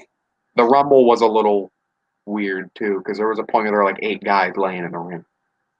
Yeah. We'll get into that a little bit. Adam Anderson did say the cursed knee from you were mentioning in the DBW shows. Yeah, my knee is no longer cursed. It's good. It's past King of the Yard. We'll dive into Total Domination 4. Quite an eventful show for you. We'll kick it off with the match you were involved in with Brandon Castelli for the World Extreme Championship. Another back and forth, hard-hitting match that you 2 guys had. Talk me through leading up into that match, or leading through that match, and eventually, of course, we'd see you get the win. But a little bit different of a move you'd use to finish the match. Oh yeah, the match against I guess the last time I had used the F5 finisher was that match. Because I think the King of the Yard match had happened first. Yeah. But I remember me and Brandon were talking. We were saying a few things that we wanted to do. I had this old flat screen TV that I said I wanted to do a few. I wanted to do something with that, and I basically reset myself before this match, moveset wise. My finish was different. My signature moves were mostly different. My offense is different. When I was back in like 2015, 2016, I did a lot of suplexes, a lot of grapples, a lot of throws, things like that. Yeah. Nowadays, I'm not as big, and I'm not facing people that are smaller than me as often anymore. So Right. I try to do more strikes, more dives. My finish is a strike now instead of an F5. Where I got that knee from, I was watching one day, and I was looking at Tommaso Ciampa's knee, and I looked at Daniel Bryan's knee, and I said, what if they just did that, but to the back of the head? Right. And if you get hit in the back of the head, it hurts. It is not like getting hit in the face, Mm-hmm. and you don't see it coming. So I was like, that looks really cool, and it's quick, and people will know when I'm setting up for it, so crowds can get ready. Right. A good finish can make a wrestler. You have to think, what would Edge have been if he had just kept doing the execution? Right. So, or if Randy Orton kept doing the ozone. Yeah. So, me and Brandon had that match. We were going back and forth with a lot of strikes. Brandon hits pretty hard with weapons, not as wildly as Cyrus, but still swings them pretty hard. Yeah. I remember a point where he was hitting me with a crutch, and I was just like, I I just have to pretend this didn't happen because this hurts really bad. Right. I dove off the top rope and did an elbow onto him, onto a trash can, and that got a real big pop. A guy that doesn't pop very much is Casey James. And in the video where I did that on the trash, as soon as I saw him go, and I was like, I knew that was a good elbow the second I saw that. Right. I did an impaler DDT onto the TV, which was the first time I had used the TV. People were wanting me to do more with it, but I had to save the TV for future matches. I wanted it to be kind of a gimmicky thing. I didn't want to break it just then and there. Right. And then, he hit some pretty crazy stuff too. He hit 3 V triggers in a row on me. One in the ring that knocked me out. One to the face when I was on the ground, and then one to the face with a trash can over my head. Each one rung my bell a little more. He got that move down packed. Yeah. Me and him knew what was happening later in the show, even though we were pitted against each other. After the match, we knew we couldn't have any hard feelings because we knew what job we had to get done. Right. So after the victory, after I held that belt up real high, me and Brandon regrouped. We hugged it out. We reminisced over the match. I caught my breath. And the rest is history. And we moved into the match with Adam Anderson and Novin. Yes. Match where Novin would control the majority of it. Adam would get usually does. True. We'd see at the end of Last Right's tombstone, everybody figures, Adam's done for. This is the end of the match. Not quite so fast as you and Brandon Castelli would come out there, take out Novin with a little help from Adam. You two would then be the ones to put Novin inside the body bag and zip it up, giving Adam Anderson the win. Thus, the formation, the debut, the whatever you want to call it, of the Don's March. What led into that, and what was going through your guys' mind knowing that that was going to be happening at the Total Domination? Well, Adam came up to me one day. We didn't come up to me. He messaged me one day and asked how interested I would be in being in a stable with him. And I said, I'm listening. And he told me the idea for the Don's March, which is hired mercenaries that are filling out basically contracts that an undisclosed person is telling us to. We have a leader. Not really one to say who that leader is. It might come out sometime. It might not. Gotcha. But he asked me who the third man in our group should be, if I had any ideas. And his first idea was, I can't even think of the name because he hasn't been wrestling in so long. I'm drawing a blank. Hold on. Caleb Cross. Okay. I kept thinking of Stryker, not Caleb Cross. Same guy, nonetheless. Yeah, and I was like, Caleb Cross, I don't know, because he's not at every show. He doesn't put as much into stuff as some others. And I gave him the idea of Brandon Castelli. Me and Brandon clicked at BITY 4. We really clicked up until Total Domination, and he's got a really good style. Me, Adam, and him all wrestle completely different. Brandon's really technical. I kind of go for a lot of strikes, and Adam is really out there and unique with the stuff that he does. And he said, "That's it. Brandon's perfect." We started talking to him, and we planned the formation for Total Domination, and he told us his match was against Novin. And that got us more excited because anything that Novin's in, you have eyes on. Right. That's true. And Novin still looked strong afterwards, getting that way. Yeah, I was kind of scared when he sat up. I don't know if you could hear me in the video, but I was like, damn, he sat up in the bag. I didn't catch that, but yeah. It was surprising, that's for sure. From there, we'll move on to the Slaughterhouse match you were mentioning.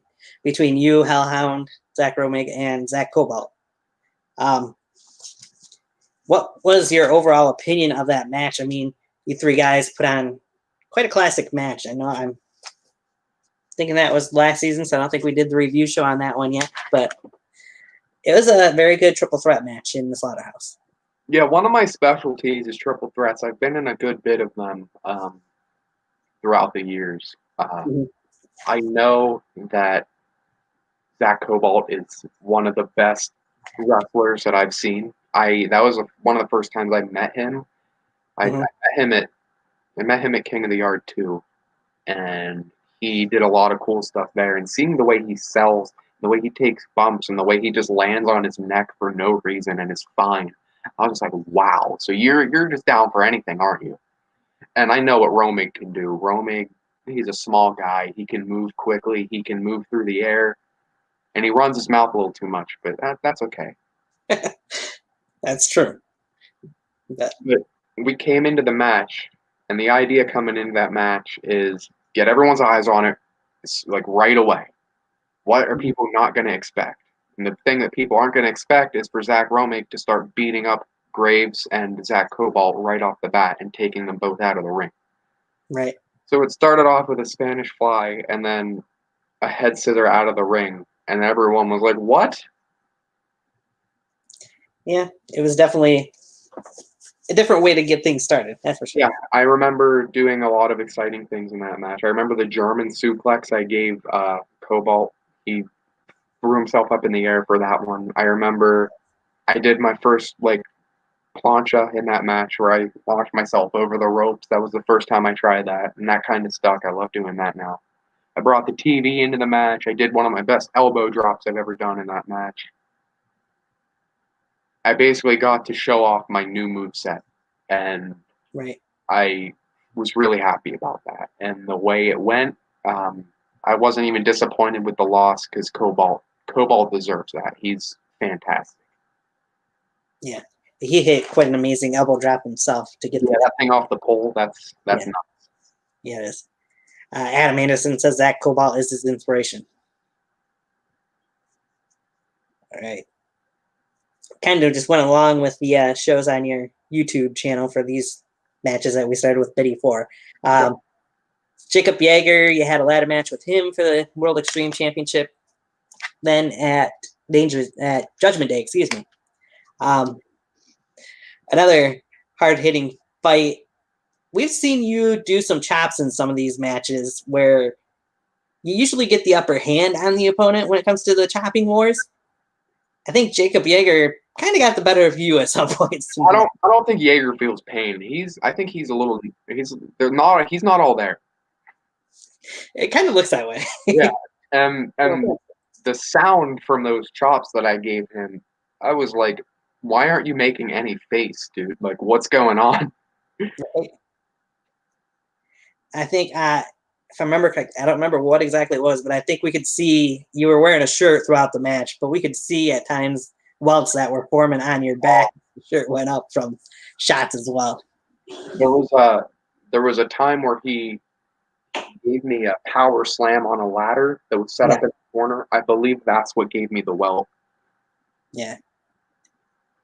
And can't forget, that match was also the match where you wore your infamous CJE shirt as well. Yes, that was from the first printing of the CJE shirts. That was like the first set that he'd ever made. So something we did see in that match that you don't see was a swimming pool was involved quite a bit. I was going to say, I would assume it was pretty hot because you got slammed into that a couple times by Jacob Yeager. Yeah, he's a tough dude. He's one of my best friends is Victor Van Pelt, and Yeager lives in the same town as him. And every time I visit Victor, me, him, Yeager, some others, Hellhound will usually hang out. And Yeager's one of the funniest guys. He's funny. He's like the definition of a blockhead. He doesn't feel pain. He does what he needs to in a match, and he'll throw himself on whatever he needs. Mr. Awesome says, Yeager I saw for the first time in that match. I've seen him in a couple matches, I think, before then. But also says, God, someone It's to book him against Clark or Logan. Oh my God, there is a match with him and Clark somewhere. Mhm. I think I saw it.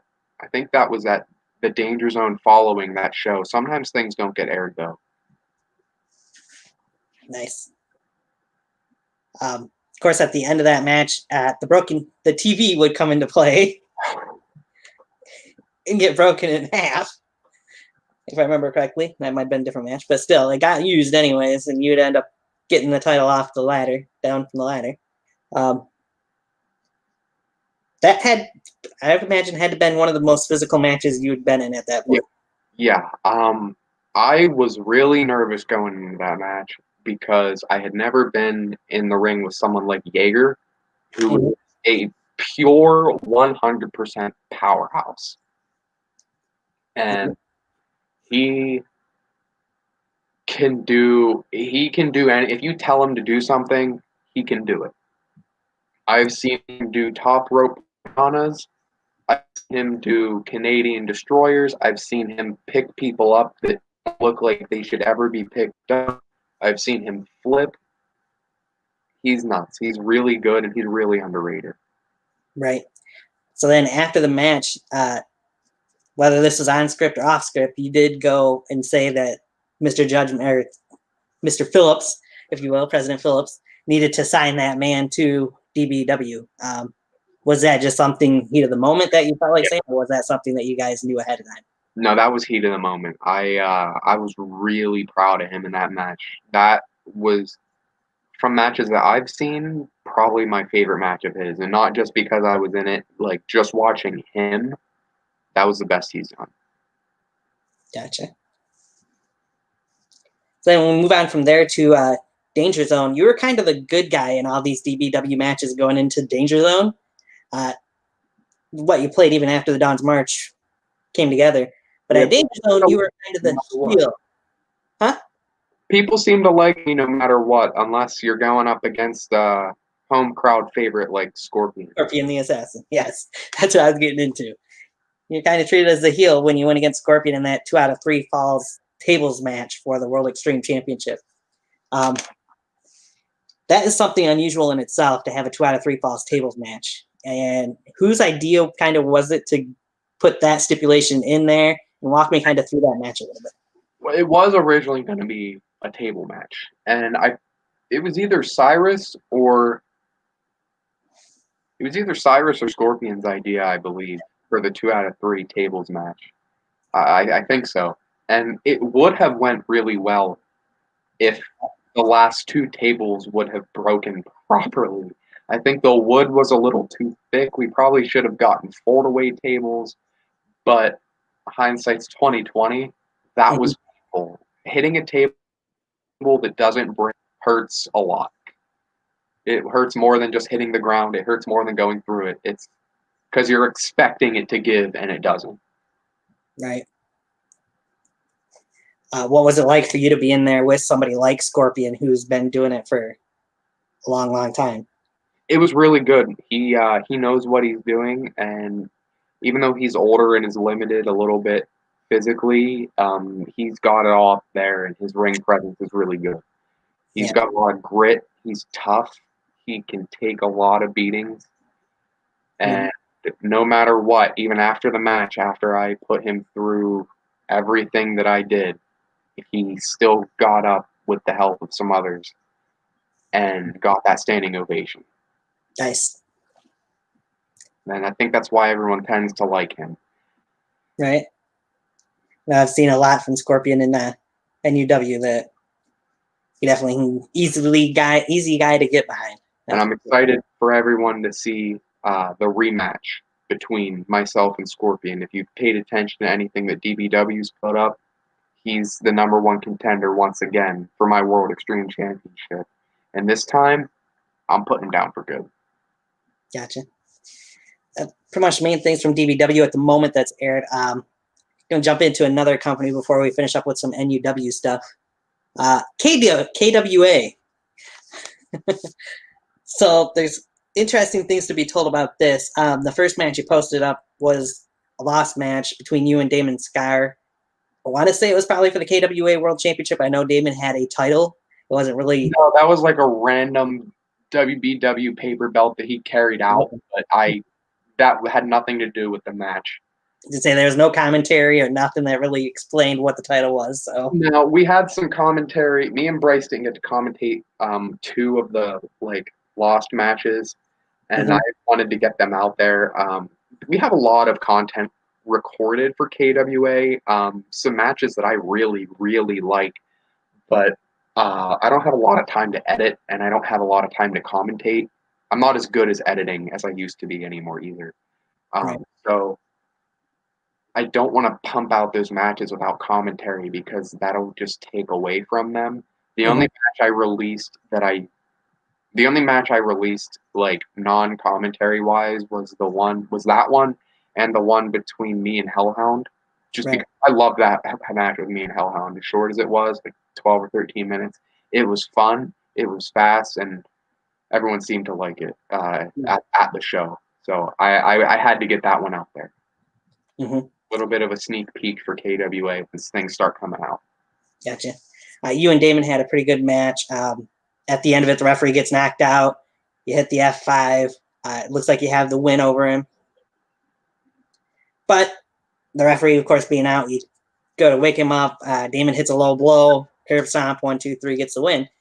After the match, though, we would then see 4 guys who have the anonymous masks on, or at least that's what they look like, come out there, beat you up, and then carry you away. As Mr. Awesome says, I was getting into it, anonymous carried you out. Any reason behind that? There's going to be some things told in KWA down the line involving that. I'm not going to say what, but it's going to be interesting. And this time, I don't have anything to do with Anonymous, but I hope Anonymous this time sticks. And I hope it can do a little more than it did last time around. Well, since we're on the topic of Anonymous, how did you feel that Anonymous kind of was used throughout several different companies back when? It made me happy because it made me happy and it upset me. It upset me because I felt like everyone was stealing my idea, but I knew they weren't stealing my idea because they didn't know the idea that I had for it. I just knew that they thought the mask was cool and what I was doing with it was cool, and they wanted their own rendition on it. And since in real life, Anonymous can be anybody, I thought it was cool that everyone was trying to jump on the trend that I started. And it kind of helped spread the word of the real Anonymous and what it was doing. Right. So back to KWA-wise, we have seen the video. You are taking over KWA from Victor Van Pelt.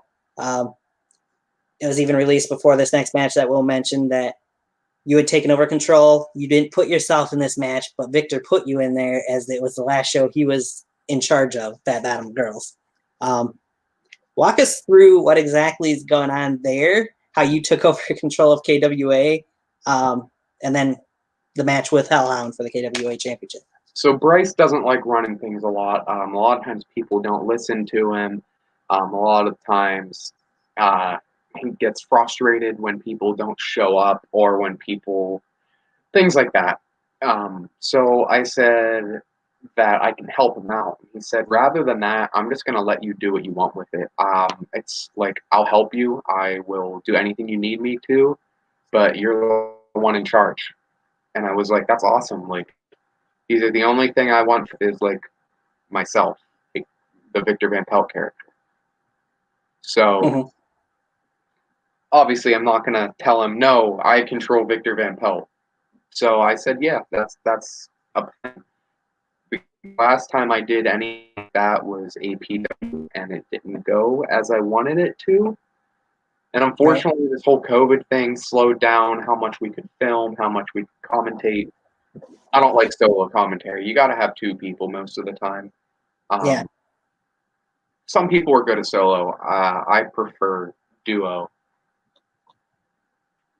So we got to commentate a few things, but until we can meet up and get more, we won't be able to pump out any content. Gotcha. So we have Fat Bottom Girls, we have Battlefest 3, and we have, what was his most recent one? name of it. Do we have a name for this most recent? Give me 1 second. Yeah.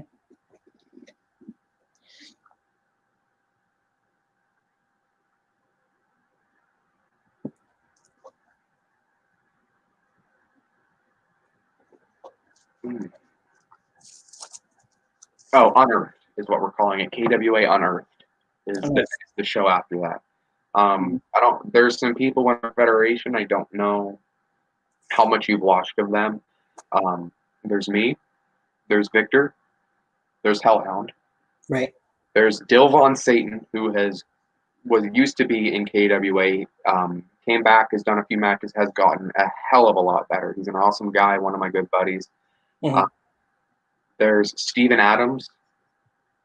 He's got a lot of athletic ability. There's Ryan Rollins. Go-Go, who is a bit of a wild card, but he's got a presence to him. Have you ever seen him? I don't think I've seen that. He is a big dude. Jaeger. Yep.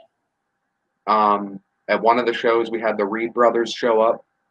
So they're gonna, because they only live about 2 hours from KWA, so they're gonna hopefully be there. I want to try and get Jason to go a few times. I have yet to convince him because we have to get things rolling first. Right. But yeah, I want that to be kind of like, sometimes I want that to be the Fed that everyone has fun at. I want it to be like, because a lot of times you get an NUW, like there's a lot to be done and you got to pump this stuff out. With KWA, I don't like booking shows with more than like 4 or 5 matches because then you're stressed to get everything done. And then you're like, we got to get the ring up. We got to do this. We got to do this. We got to do this. And then everyone's stressed out. Someone ends up yelling at someone. People get pissed off. Right. Nothing saying against NUW.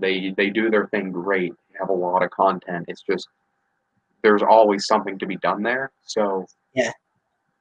There's not as much free time. Right.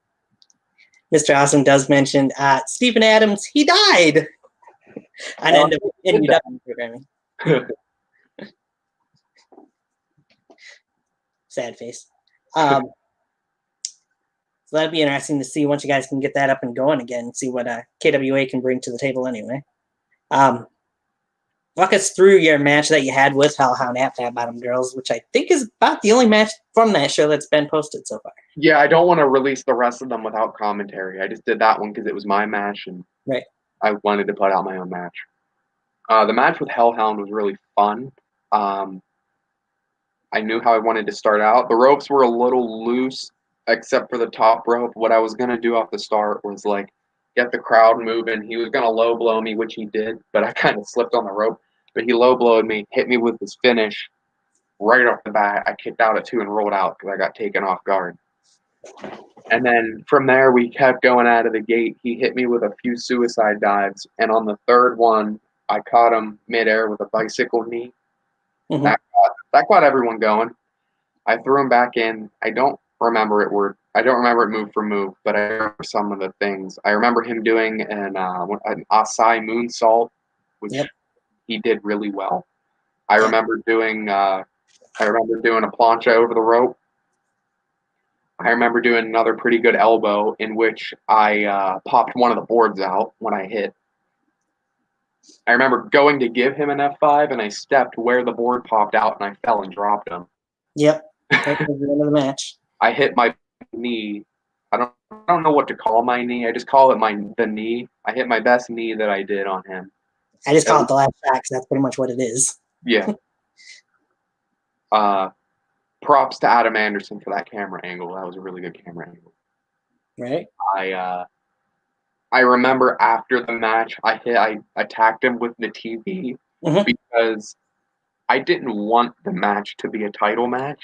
And then after the match, Victor goes, "And new KWA champion." And I was like, you gotta be kidding me, dude. Like, whatever, I'll take it. Yeah. He kind of walked off without the title and just left Hellhound laying out. And Jaeger, that was the referee, kind of saying, "Come on, man, you're doing too much."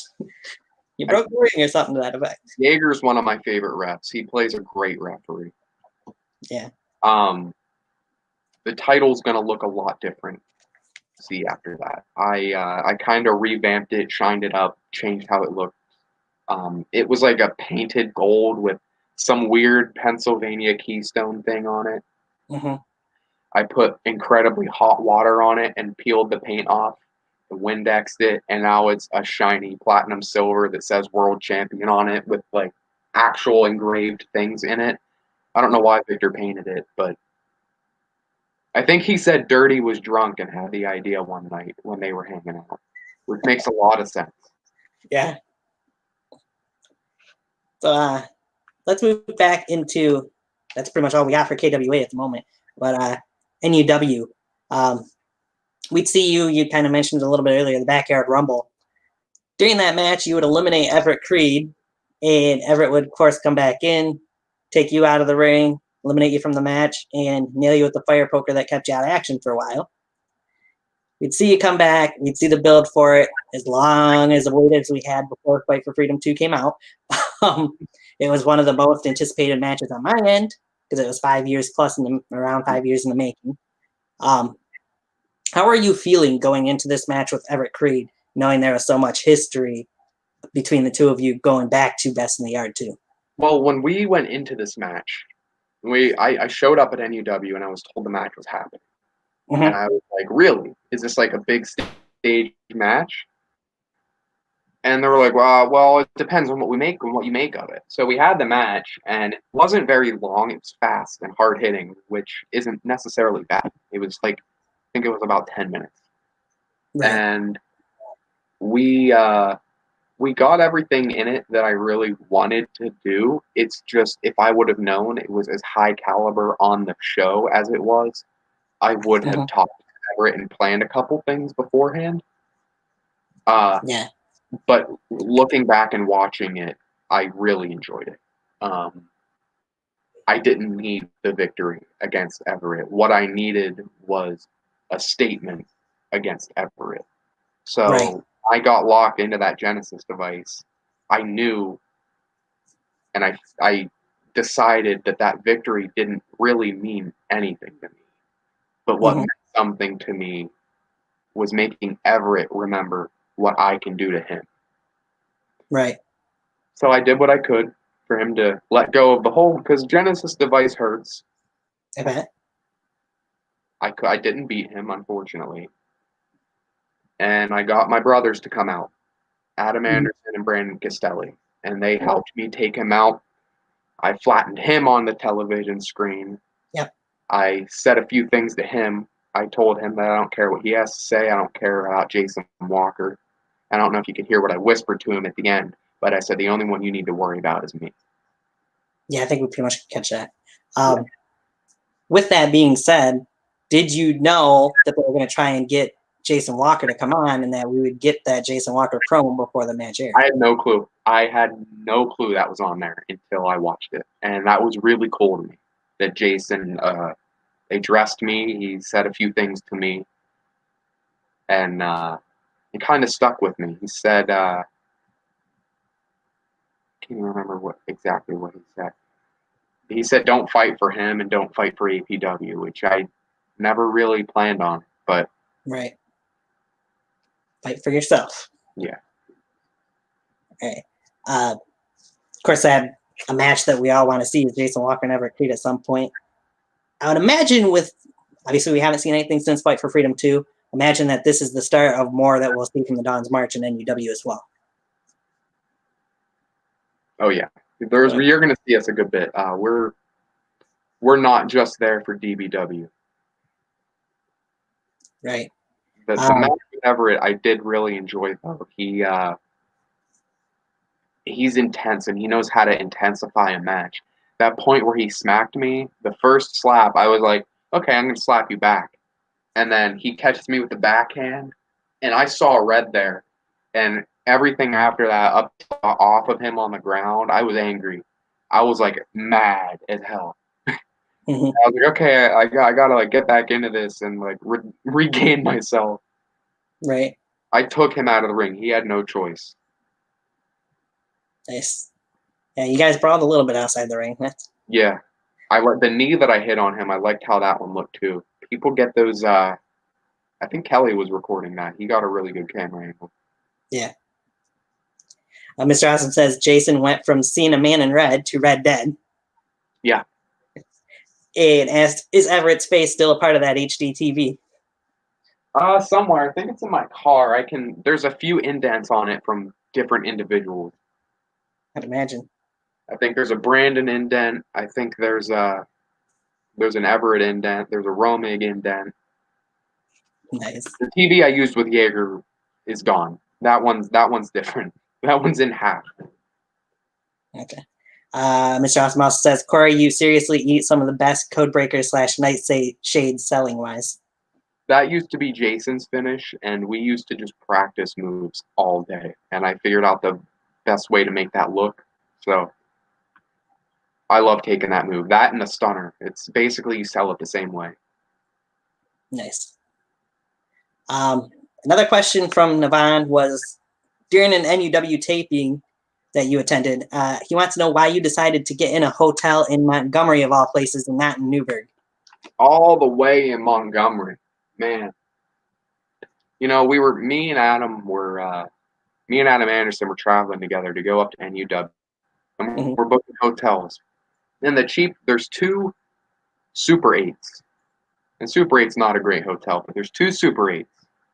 One's slightly cheaper than the other. There's one in Newburgh and there's one in Montgomery, which is realistically like 10 minutes from Newburgh. Okay. And we're staying, and we're like, Navan, Felix. Felix is Shadow. Yeah. And we were like, guys, come hang out with us. And they're like, okay, we're here. Which room? We told them the room. And they didn't show up for like another 30, 40 minutes. We're like, what the hell? And he goes, well, I didn't know you were all the way out here in Montgomery. For Christ's sake. They were mad. I don't know. They were like overly worked up about us being in Montgomery when realistically it's like 2 exits off the highway. Nice. All right. Yeah, he said that'd be a little insider. Oh yeah. Ask about so. I miss Newburgh. I'm excited to go up there. I haven't been able to travel lately because of all of this and some money things with COVID, but I'm excited to get rolling back into everything. Right. So where do you see your future in wrestling? Do you see just going around and doing NUW and KWA, or? I've considered going professional. I've considered against it. I kind of flip back and forth. A lot of my friends have gone and started their training. I don't know if he's posted this. I don't know if this is hidden knowledge, and I'm sorry if it is. But Brandon Castelli has recently left back. He's getting trained in Auckland, New Zealand at the Folly Dojo. And I am more proud of him than I am of anyone else on this planet for going through with that and getting the money for that and following his dream. And I know that he has the ability and the skill and the talent to make it anywhere.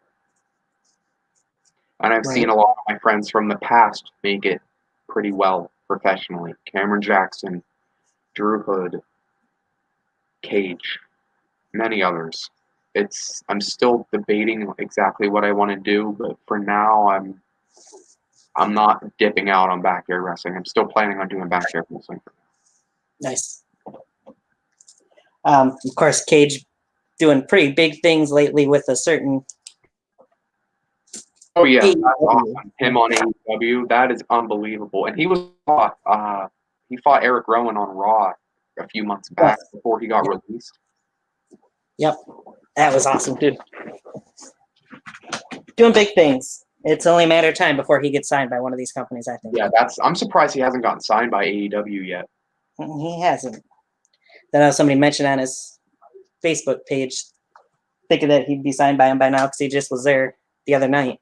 Yeah, he got flown out. Yeah. I think it's just a matter of time. They'll sign him eventually, probably. Mr. Awesome wants to know any funny NUW taping stories. Yeah, there's a few. A lot of the times usually involves either Adam Anderson or Navon. And it's usually not during the tapings, it's usually in the hotels afterwards, whether it be Navon playing Uno. I'm sure everyone's heard about Navon playing Uno.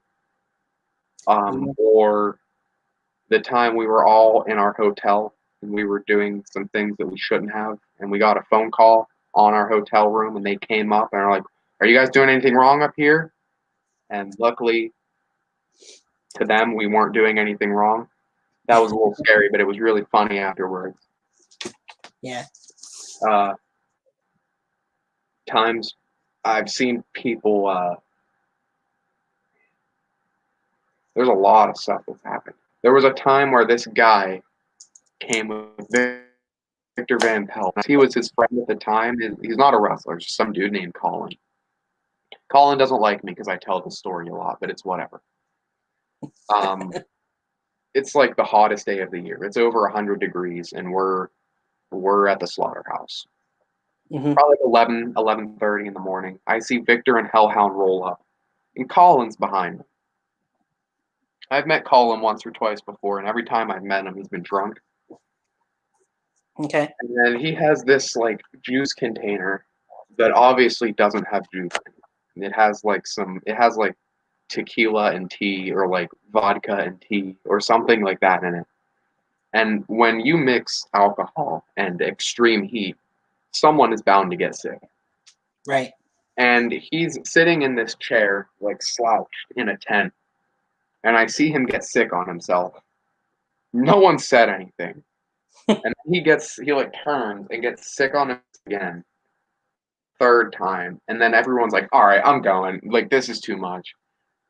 And someone had to go tell Navon that this guy, like, soiled his chair. And we had to hose this guy off. And I don't remember if, like, someone made him leave, but he was, that was something. Because every time I see Bryce, which is Victor, I end up talking to him about that story. Because no one talks to this guy anymore. He's kind of a jerk. But that was an eventful day at the slaughterhouse, where this dude like just and oh yeah, I remember saying to Darkside, because I was like, yo, Colin puked like all over this chair. He's like, who the hell's Colin? Because no one had met this dude before other than like me, Bryce, and Helen. Okay. That's interesting. Since bringing up Darkside, and we were just talking about Fight for Freedom too, were you there, and what was the feeling like to see Darkside and Yankees match that they had at Fight for Freedom 2? That was nuts. I didn't know I had no clue who was gonna win that. Because like Yankee's a monster, but like he hadn't been in Backyard for a while, so I didn't know who was really gonna come out on top. Mm-hmm. And when I saw that, especially the ending of that match, the pile driver through the table, yeah, everyone was just like, oh my god. Darkseid doesn't lose cleanly very often either. He's got a pretty good win. When I saw that, and everyone was happy to see Yankee like stick it to him, and that it was cool because I'd seen Yankee before, but I had never seen Yankee in the slaughterhouse. I had only seen him wrestle in other places. Mm-hmm. Live. I've watched him in Slaughterhouse before, but right. live I've only seen him in other places. So seeing him on like his home turf and seeing all these people that knew him and like react to him live like how they normally would, it was really cool. Nice. That was definitely a very interesting match to lead up to the feud that those two had. So I just wanted to get an opinion on it.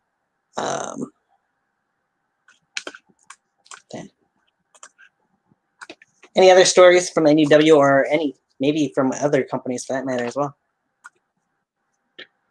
Before I move into a couple questions. Nothing I can talk about yet. Fair enough.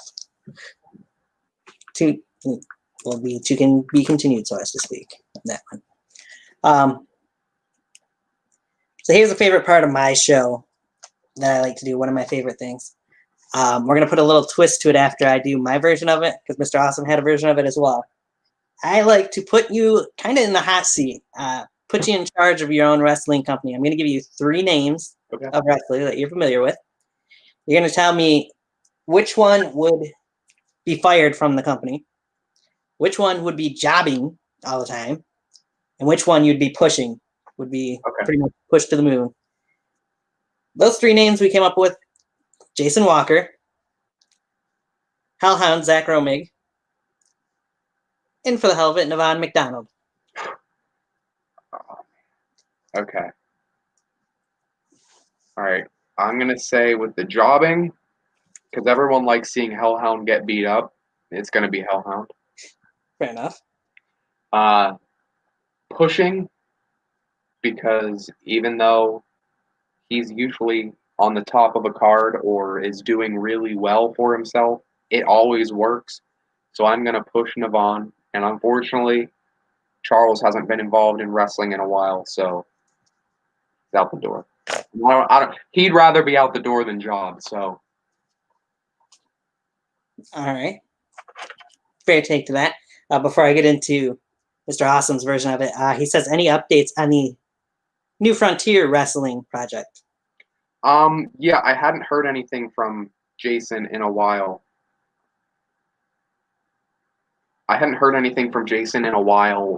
Regarding that. He's obviously the one planning it. It's on his channel. But he messaged us the other day. I'm not going to say who us is. It's the roster that he's chosen. And he asked how many of us are still down to do it. And it's probably not going to start getting recorded until next year because things have been delayed. We have to pick a spot where we're going to wrestle. It's not really going to be in someone's yard. It's going to be somewhere in like nature, like in a field somewhere. We're going to get a base or a ring and wrestle on that. And it's going to be really story driven.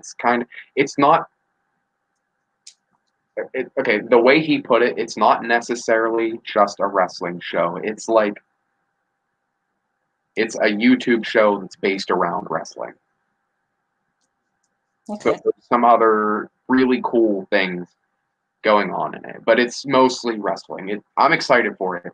And I will also say it's an alternate universe and an alternate timeline, so you can see things that you never thought you could see. Nice. It's an alternate timeline that branched off after Part 2. Okay. That'll be I won't interesting. say anything more. I don't even know if I was supposed to say that. I'm sorry if you're watching, Charles. Speaking of, he's another guy I would like to get on here at some point in time, but we'll wait until he's a little more out there. What about what happens? But so Mr. Awesome's take on that little job 1, fire 1, push 1 is return 1, retire 1, rival 1. Okay. He gives you 5 names to choose from for these 3 different spots, though. He went with Ecstatic, Dirty DeChico, Jordan Oliver, Chris Payne, and Big Time Mike. Oh, so you said return, retire, and rival. Yep. I'm gonna return Big Time Mike. I'm gonna rival Chris Payne.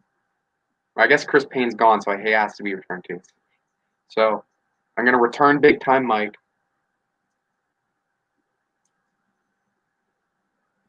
I'd love to try and work with Jordan Oliver. I know I'll probably never be able to, but that'd be really cool. So I'd rival Jordan Oliver. And can you say him again? Return, rival, and what else? Retire. Retire. Dirty to Chico because he never had a proper retirement. Oh, nice. I like those choices. So the other one odd man left out was Ecstatic. Yeah. You fought several different people, but do you have any fantasy matches or people that you would like to get in the ring with that you haven't gotten the opportunity to that are current and some that maybe aren't quite as current in backyard wrestling? Some ones from the past that I never got, that I will probably never get, and that I regret that I will never get. Zach Daniels and Big Time Mike. Two very different ways they work. Zach is intense, tells some of the best stories I've ever seen in backyard wrestling. Right. Don't make very many, if at all. Can play really any part. And Big Time is hard hitting, draws eye. He's a draw himself. So Right. he is hard hitting. He has a submission finish that is believable, unlike a lot of people. He has charisma, which is rare for a big guy to have charisma. Mm-hmm. He's not as graceful as Zach Daniels, and that's not necessarily bad. Sometimes when things aren't great, they look more cool. Right. He's one of the realest, like in ring, he's one of the realest guys out there. Currently, matches that I haven't gotten yet that I really want. I know he's my buddy. I would love to have a match against Adam Anderson at some point. I would love to have a match against Mr. Judgment at some point. And one that I might end up regret saying, I really maybe want to get in the ring with Novin at some point. Nice. Novin, though. Not Nirvana. Novin. Novin. It's the usual pick, it seems like, out of those two options. Nothing wrong with that. So you're, by the sound, staying a pretty busy man for the most part then for backyard wrestling. We got, what, DBW that we'll be seeing eventually from you. Yeah. NEW you're still in. I know my next recording, I think End of Days is the next show for DBW, and that's, you'll see me on that one. And then the next recording that I think that I'm scheduled for is Judgment Day, which is a month from now. Nice. I honestly can say I don't watch a whole lot of UWF New York. I know they work together with BBW. Is that someplace that you perhaps have been in or would like to be in at some point as well? I've been there when DBW was recording there. DBW Right. no longer is based out of there. They're being based out of Maryland. Mm-hmm. It's a little better of a drive for me. It's an under 2-hour drive to go to Maryland. To go to UWF, it's 5.5 hours. So sometimes I don't really feel like making that trek. It's a little much. I've never gone to a UWF show. I've been invited, but it's always been a little too much to travel, or when it wasn't too much to travel, I didn't have the money at the time. Gotcha. They're just a little further out. It's like when I went back in the day when everyone would go to VTW, it would be a real big deal because of how far they were from everyone. Mm-hmm. Kind of like that. Well, we got a little bit of breaking news. I mean, we mentioned one guy, and he pops up in the chat section. Charles, Mr. Jason Walker, says the NFW details and roster reveal will be sometime this month, no later than the 25th. Awesome. So, good to know. I know I've seen a couple tweets that have been posted from that page on Twitter the last couple of I'm days. excited to start doing that. It's been a long time since there's been a wrestling bed not hours away from me. So that's going to be cool. I bet. Got to make a whole lot of a difference to be able to do something close to home compared to traveling all the time. As long as you're not busy that day, I can just go. Right? Right. Any other things on the horizon for you that people can look out for? Besides DBW, NUW, and FW. Like I said, KWA should be pumping out content once I either find someone to edit or I get time to edit. We just got to do some commentary. I'm not planning on having as fancy editing as NUW. Theirs is out of this world, and I'm not even going to try to match that. I just want to make our videos look clean cut and have commentary for them. Like I said, I have a recording date for Judgment Day early next month. I'm looking to try and do more backyard wrestling before winter hits, but when next year starts, hopefully if this virus stuff's all calm, I'll be able to travel I've been invited to WCF before. I haven't been over there. They're out of Baltimore, and I've been invited to. I don't know personally, but a friend of mine said that me and him were invited to EBW as well, and they just recently got a ring, so I had considered that. Gotcha. Yeah, I think I've seen that they had a ring recently, so interesting to see. All right.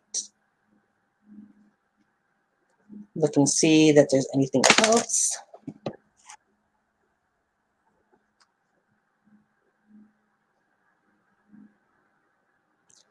Scorpion just pops up in the chat section and says, Graves is the man. He says that until he calls me out. Right? Gotta break kayfabe, you know? Oh yeah. No, Scorpion's a great guy. I loved every second of working with him every time I have, and I'm excited for everyone to see our rematch. In my mind, it was better than our 2 out of 3 tables match, and I went to lengths that I had never gone to before.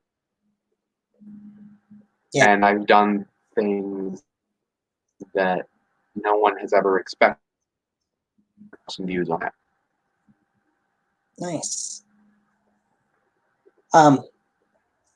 Is the reason that you changed kind of your move set mainly because you're now sometimes going against some of these bigger guys instead of the guys you're used to in APW/HBTW? Yeah, a lot of it. Yeah, especially for like signature moves. I don't want to have like a move where I don't want all my signature moves to be lifting moves, and then I can't. I don't want to have like signature lifting moves, and then I can't lift half the people I face. I'm not saying I'm not strong. I don't really know where I fall on that category. Someone like if I ever face Yankee, I'm not expecting to be able to F5 Yankee. Right.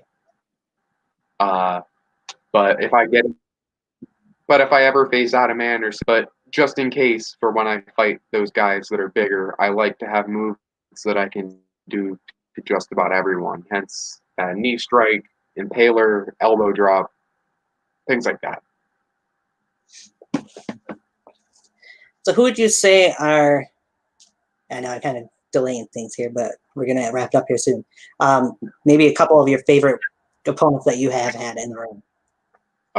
Favorite opponents? Yeah, over the years. I'll go 3 different eras. Chris Payne, Cameron Jackson,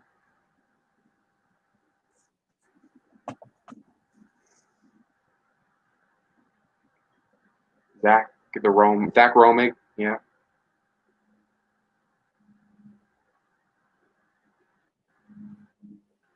And I'm trying to think of people that I've gotten in the ring with more than once. I don't want to just base it off of one match. Right.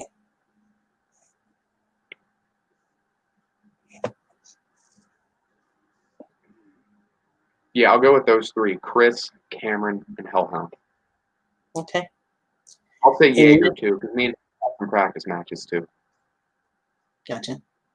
Now you mentioned you do still want another match with Jason Walker at some point with Charles, because you haven't had a match since he had HBTW. Is there anybody else that you've been in the ring with, maybe that it's been quite a while, that you'd like to have a chance to face before you call it a career? That you just feel like there's something more that you could be done? As much as I said I don't need a win over him, I would like to have one more battle with Everett, just because maybe in a different setting, to see what we could do this time around. Same with, I know I said about Novin, but same with Navon/Novin. I fought him already, and I want to see what we can do, no matter who he is or who he's playing. Usually Novin's a practice. He's someone I haven't before, but it's the same physical body. Mm-hmm. True. All right. And if I ever somehow go professional, Drew and Cameron. Nice. I mean, VTW supposedly is somewhat taping or has taped again, so it could be something perhaps on the horizon at some point. Scorpion says, much respect to Graves, top talent and a lot of heart with that man. He knows his stuff, one great talent. I appreciate it.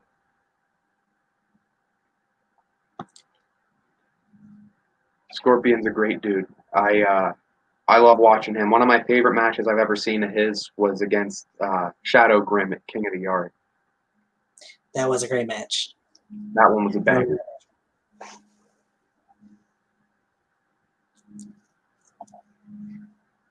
Do you have a bucket list of anything specific that you want to make sure that you do before you do call it a career? Not necessarily opponents that you face, but maybe like titles that you want to win or things along those lines. I don't know the possibilities of it, but I would like to win a world championship outside of something that I've been booking. Like I said before, I don't count HBTW or ATW because we were working together. We all planned what was going to happen. I want someone to decide that I'm their guy. And hopefully before I call it quits, that might happen somewhere. Fair enough. It's not really I want to feel like I'm on top. It's more really I want to feel like I can do it. I want to feel like other people believe in me. So before I can actually call it a day. Right. I think this is probably the best spot that we'll pretty much end it at then. Yeah, we've been going on for a good bit. I didn't even realize it's been that long. Yeah. That tends to happen at times here. I will play something as we go out here, but oh, you did get that to me. Okay. That's going to show the picture. I guess if I can get it up here to I don't even know if he's in here anymore. The picture of the title that you sent. Oh, the original HBTW championship. Yeah. That gunshot was wanting to see. If he watches it back later, we'll see if we can get it in here real quick. Let's see if it'll let me do it from another page.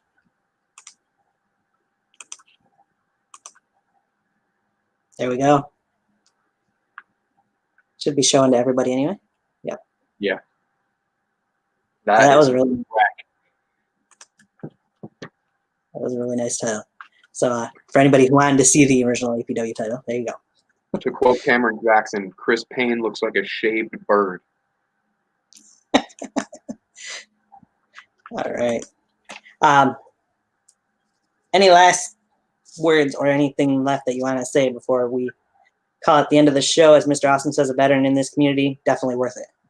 I'm gonna thank you for having me. I'm gonna thank anyone for checking me out if they haven't done so before. I'm gonna thank everyone for sticking with me on this 10-year backyard wrestling career, and hopefully I can entertain as much as I can before I call it quits. I don't know when that's gonna be, so don't expect it like tomorrow. I have some more things I need to do. Very nice. Hey, you're welcome for having me on here. I was more than happy to. Thank you for agreeing to come on. Most people do agree to it, but not everybody does. So I appreciate it. It's been a while since I've done one of these, a couple months. We'll see what we can do going forward with other things. So you being a part of NUW, if you didn't know, Mr. Awesome and I do an NUW Slaughterhouse review show after every episode of Slaughterhouse. So maybe we'll even get you in on one of those if you get a chance to at some point. That'd be awesome. I can't wait for NUW to get more content out because I have some stuff that I'm really proud of that I can't wait to see. Right. Mr. Awesome also says Dale, D-A-L-E, is still mad about him giving back that APW title at Heart Attack. Oh, about Chris? Yeah, he said he didn't want it. I never officially lost it. Right. Mr. Awesome also says respect. So that's much respect from everybody here. See if I can get up what I was looking for.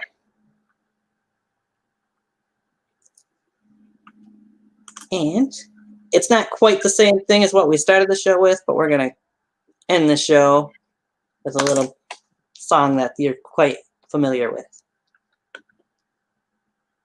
If I can get things to cooperate with.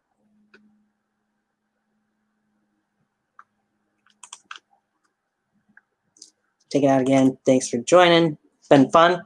3 hours sometimes for some people is too long, but Oh no, that's fine. I love talking. when you're having fun, it happens. That's the way I look at it. So I'm actually just going to play it in the background because you didn't have a music video for it. I'm sure everybody can hear it. Spend Tiger Talks Wrestling for Corey Graves. Thank you for joining again.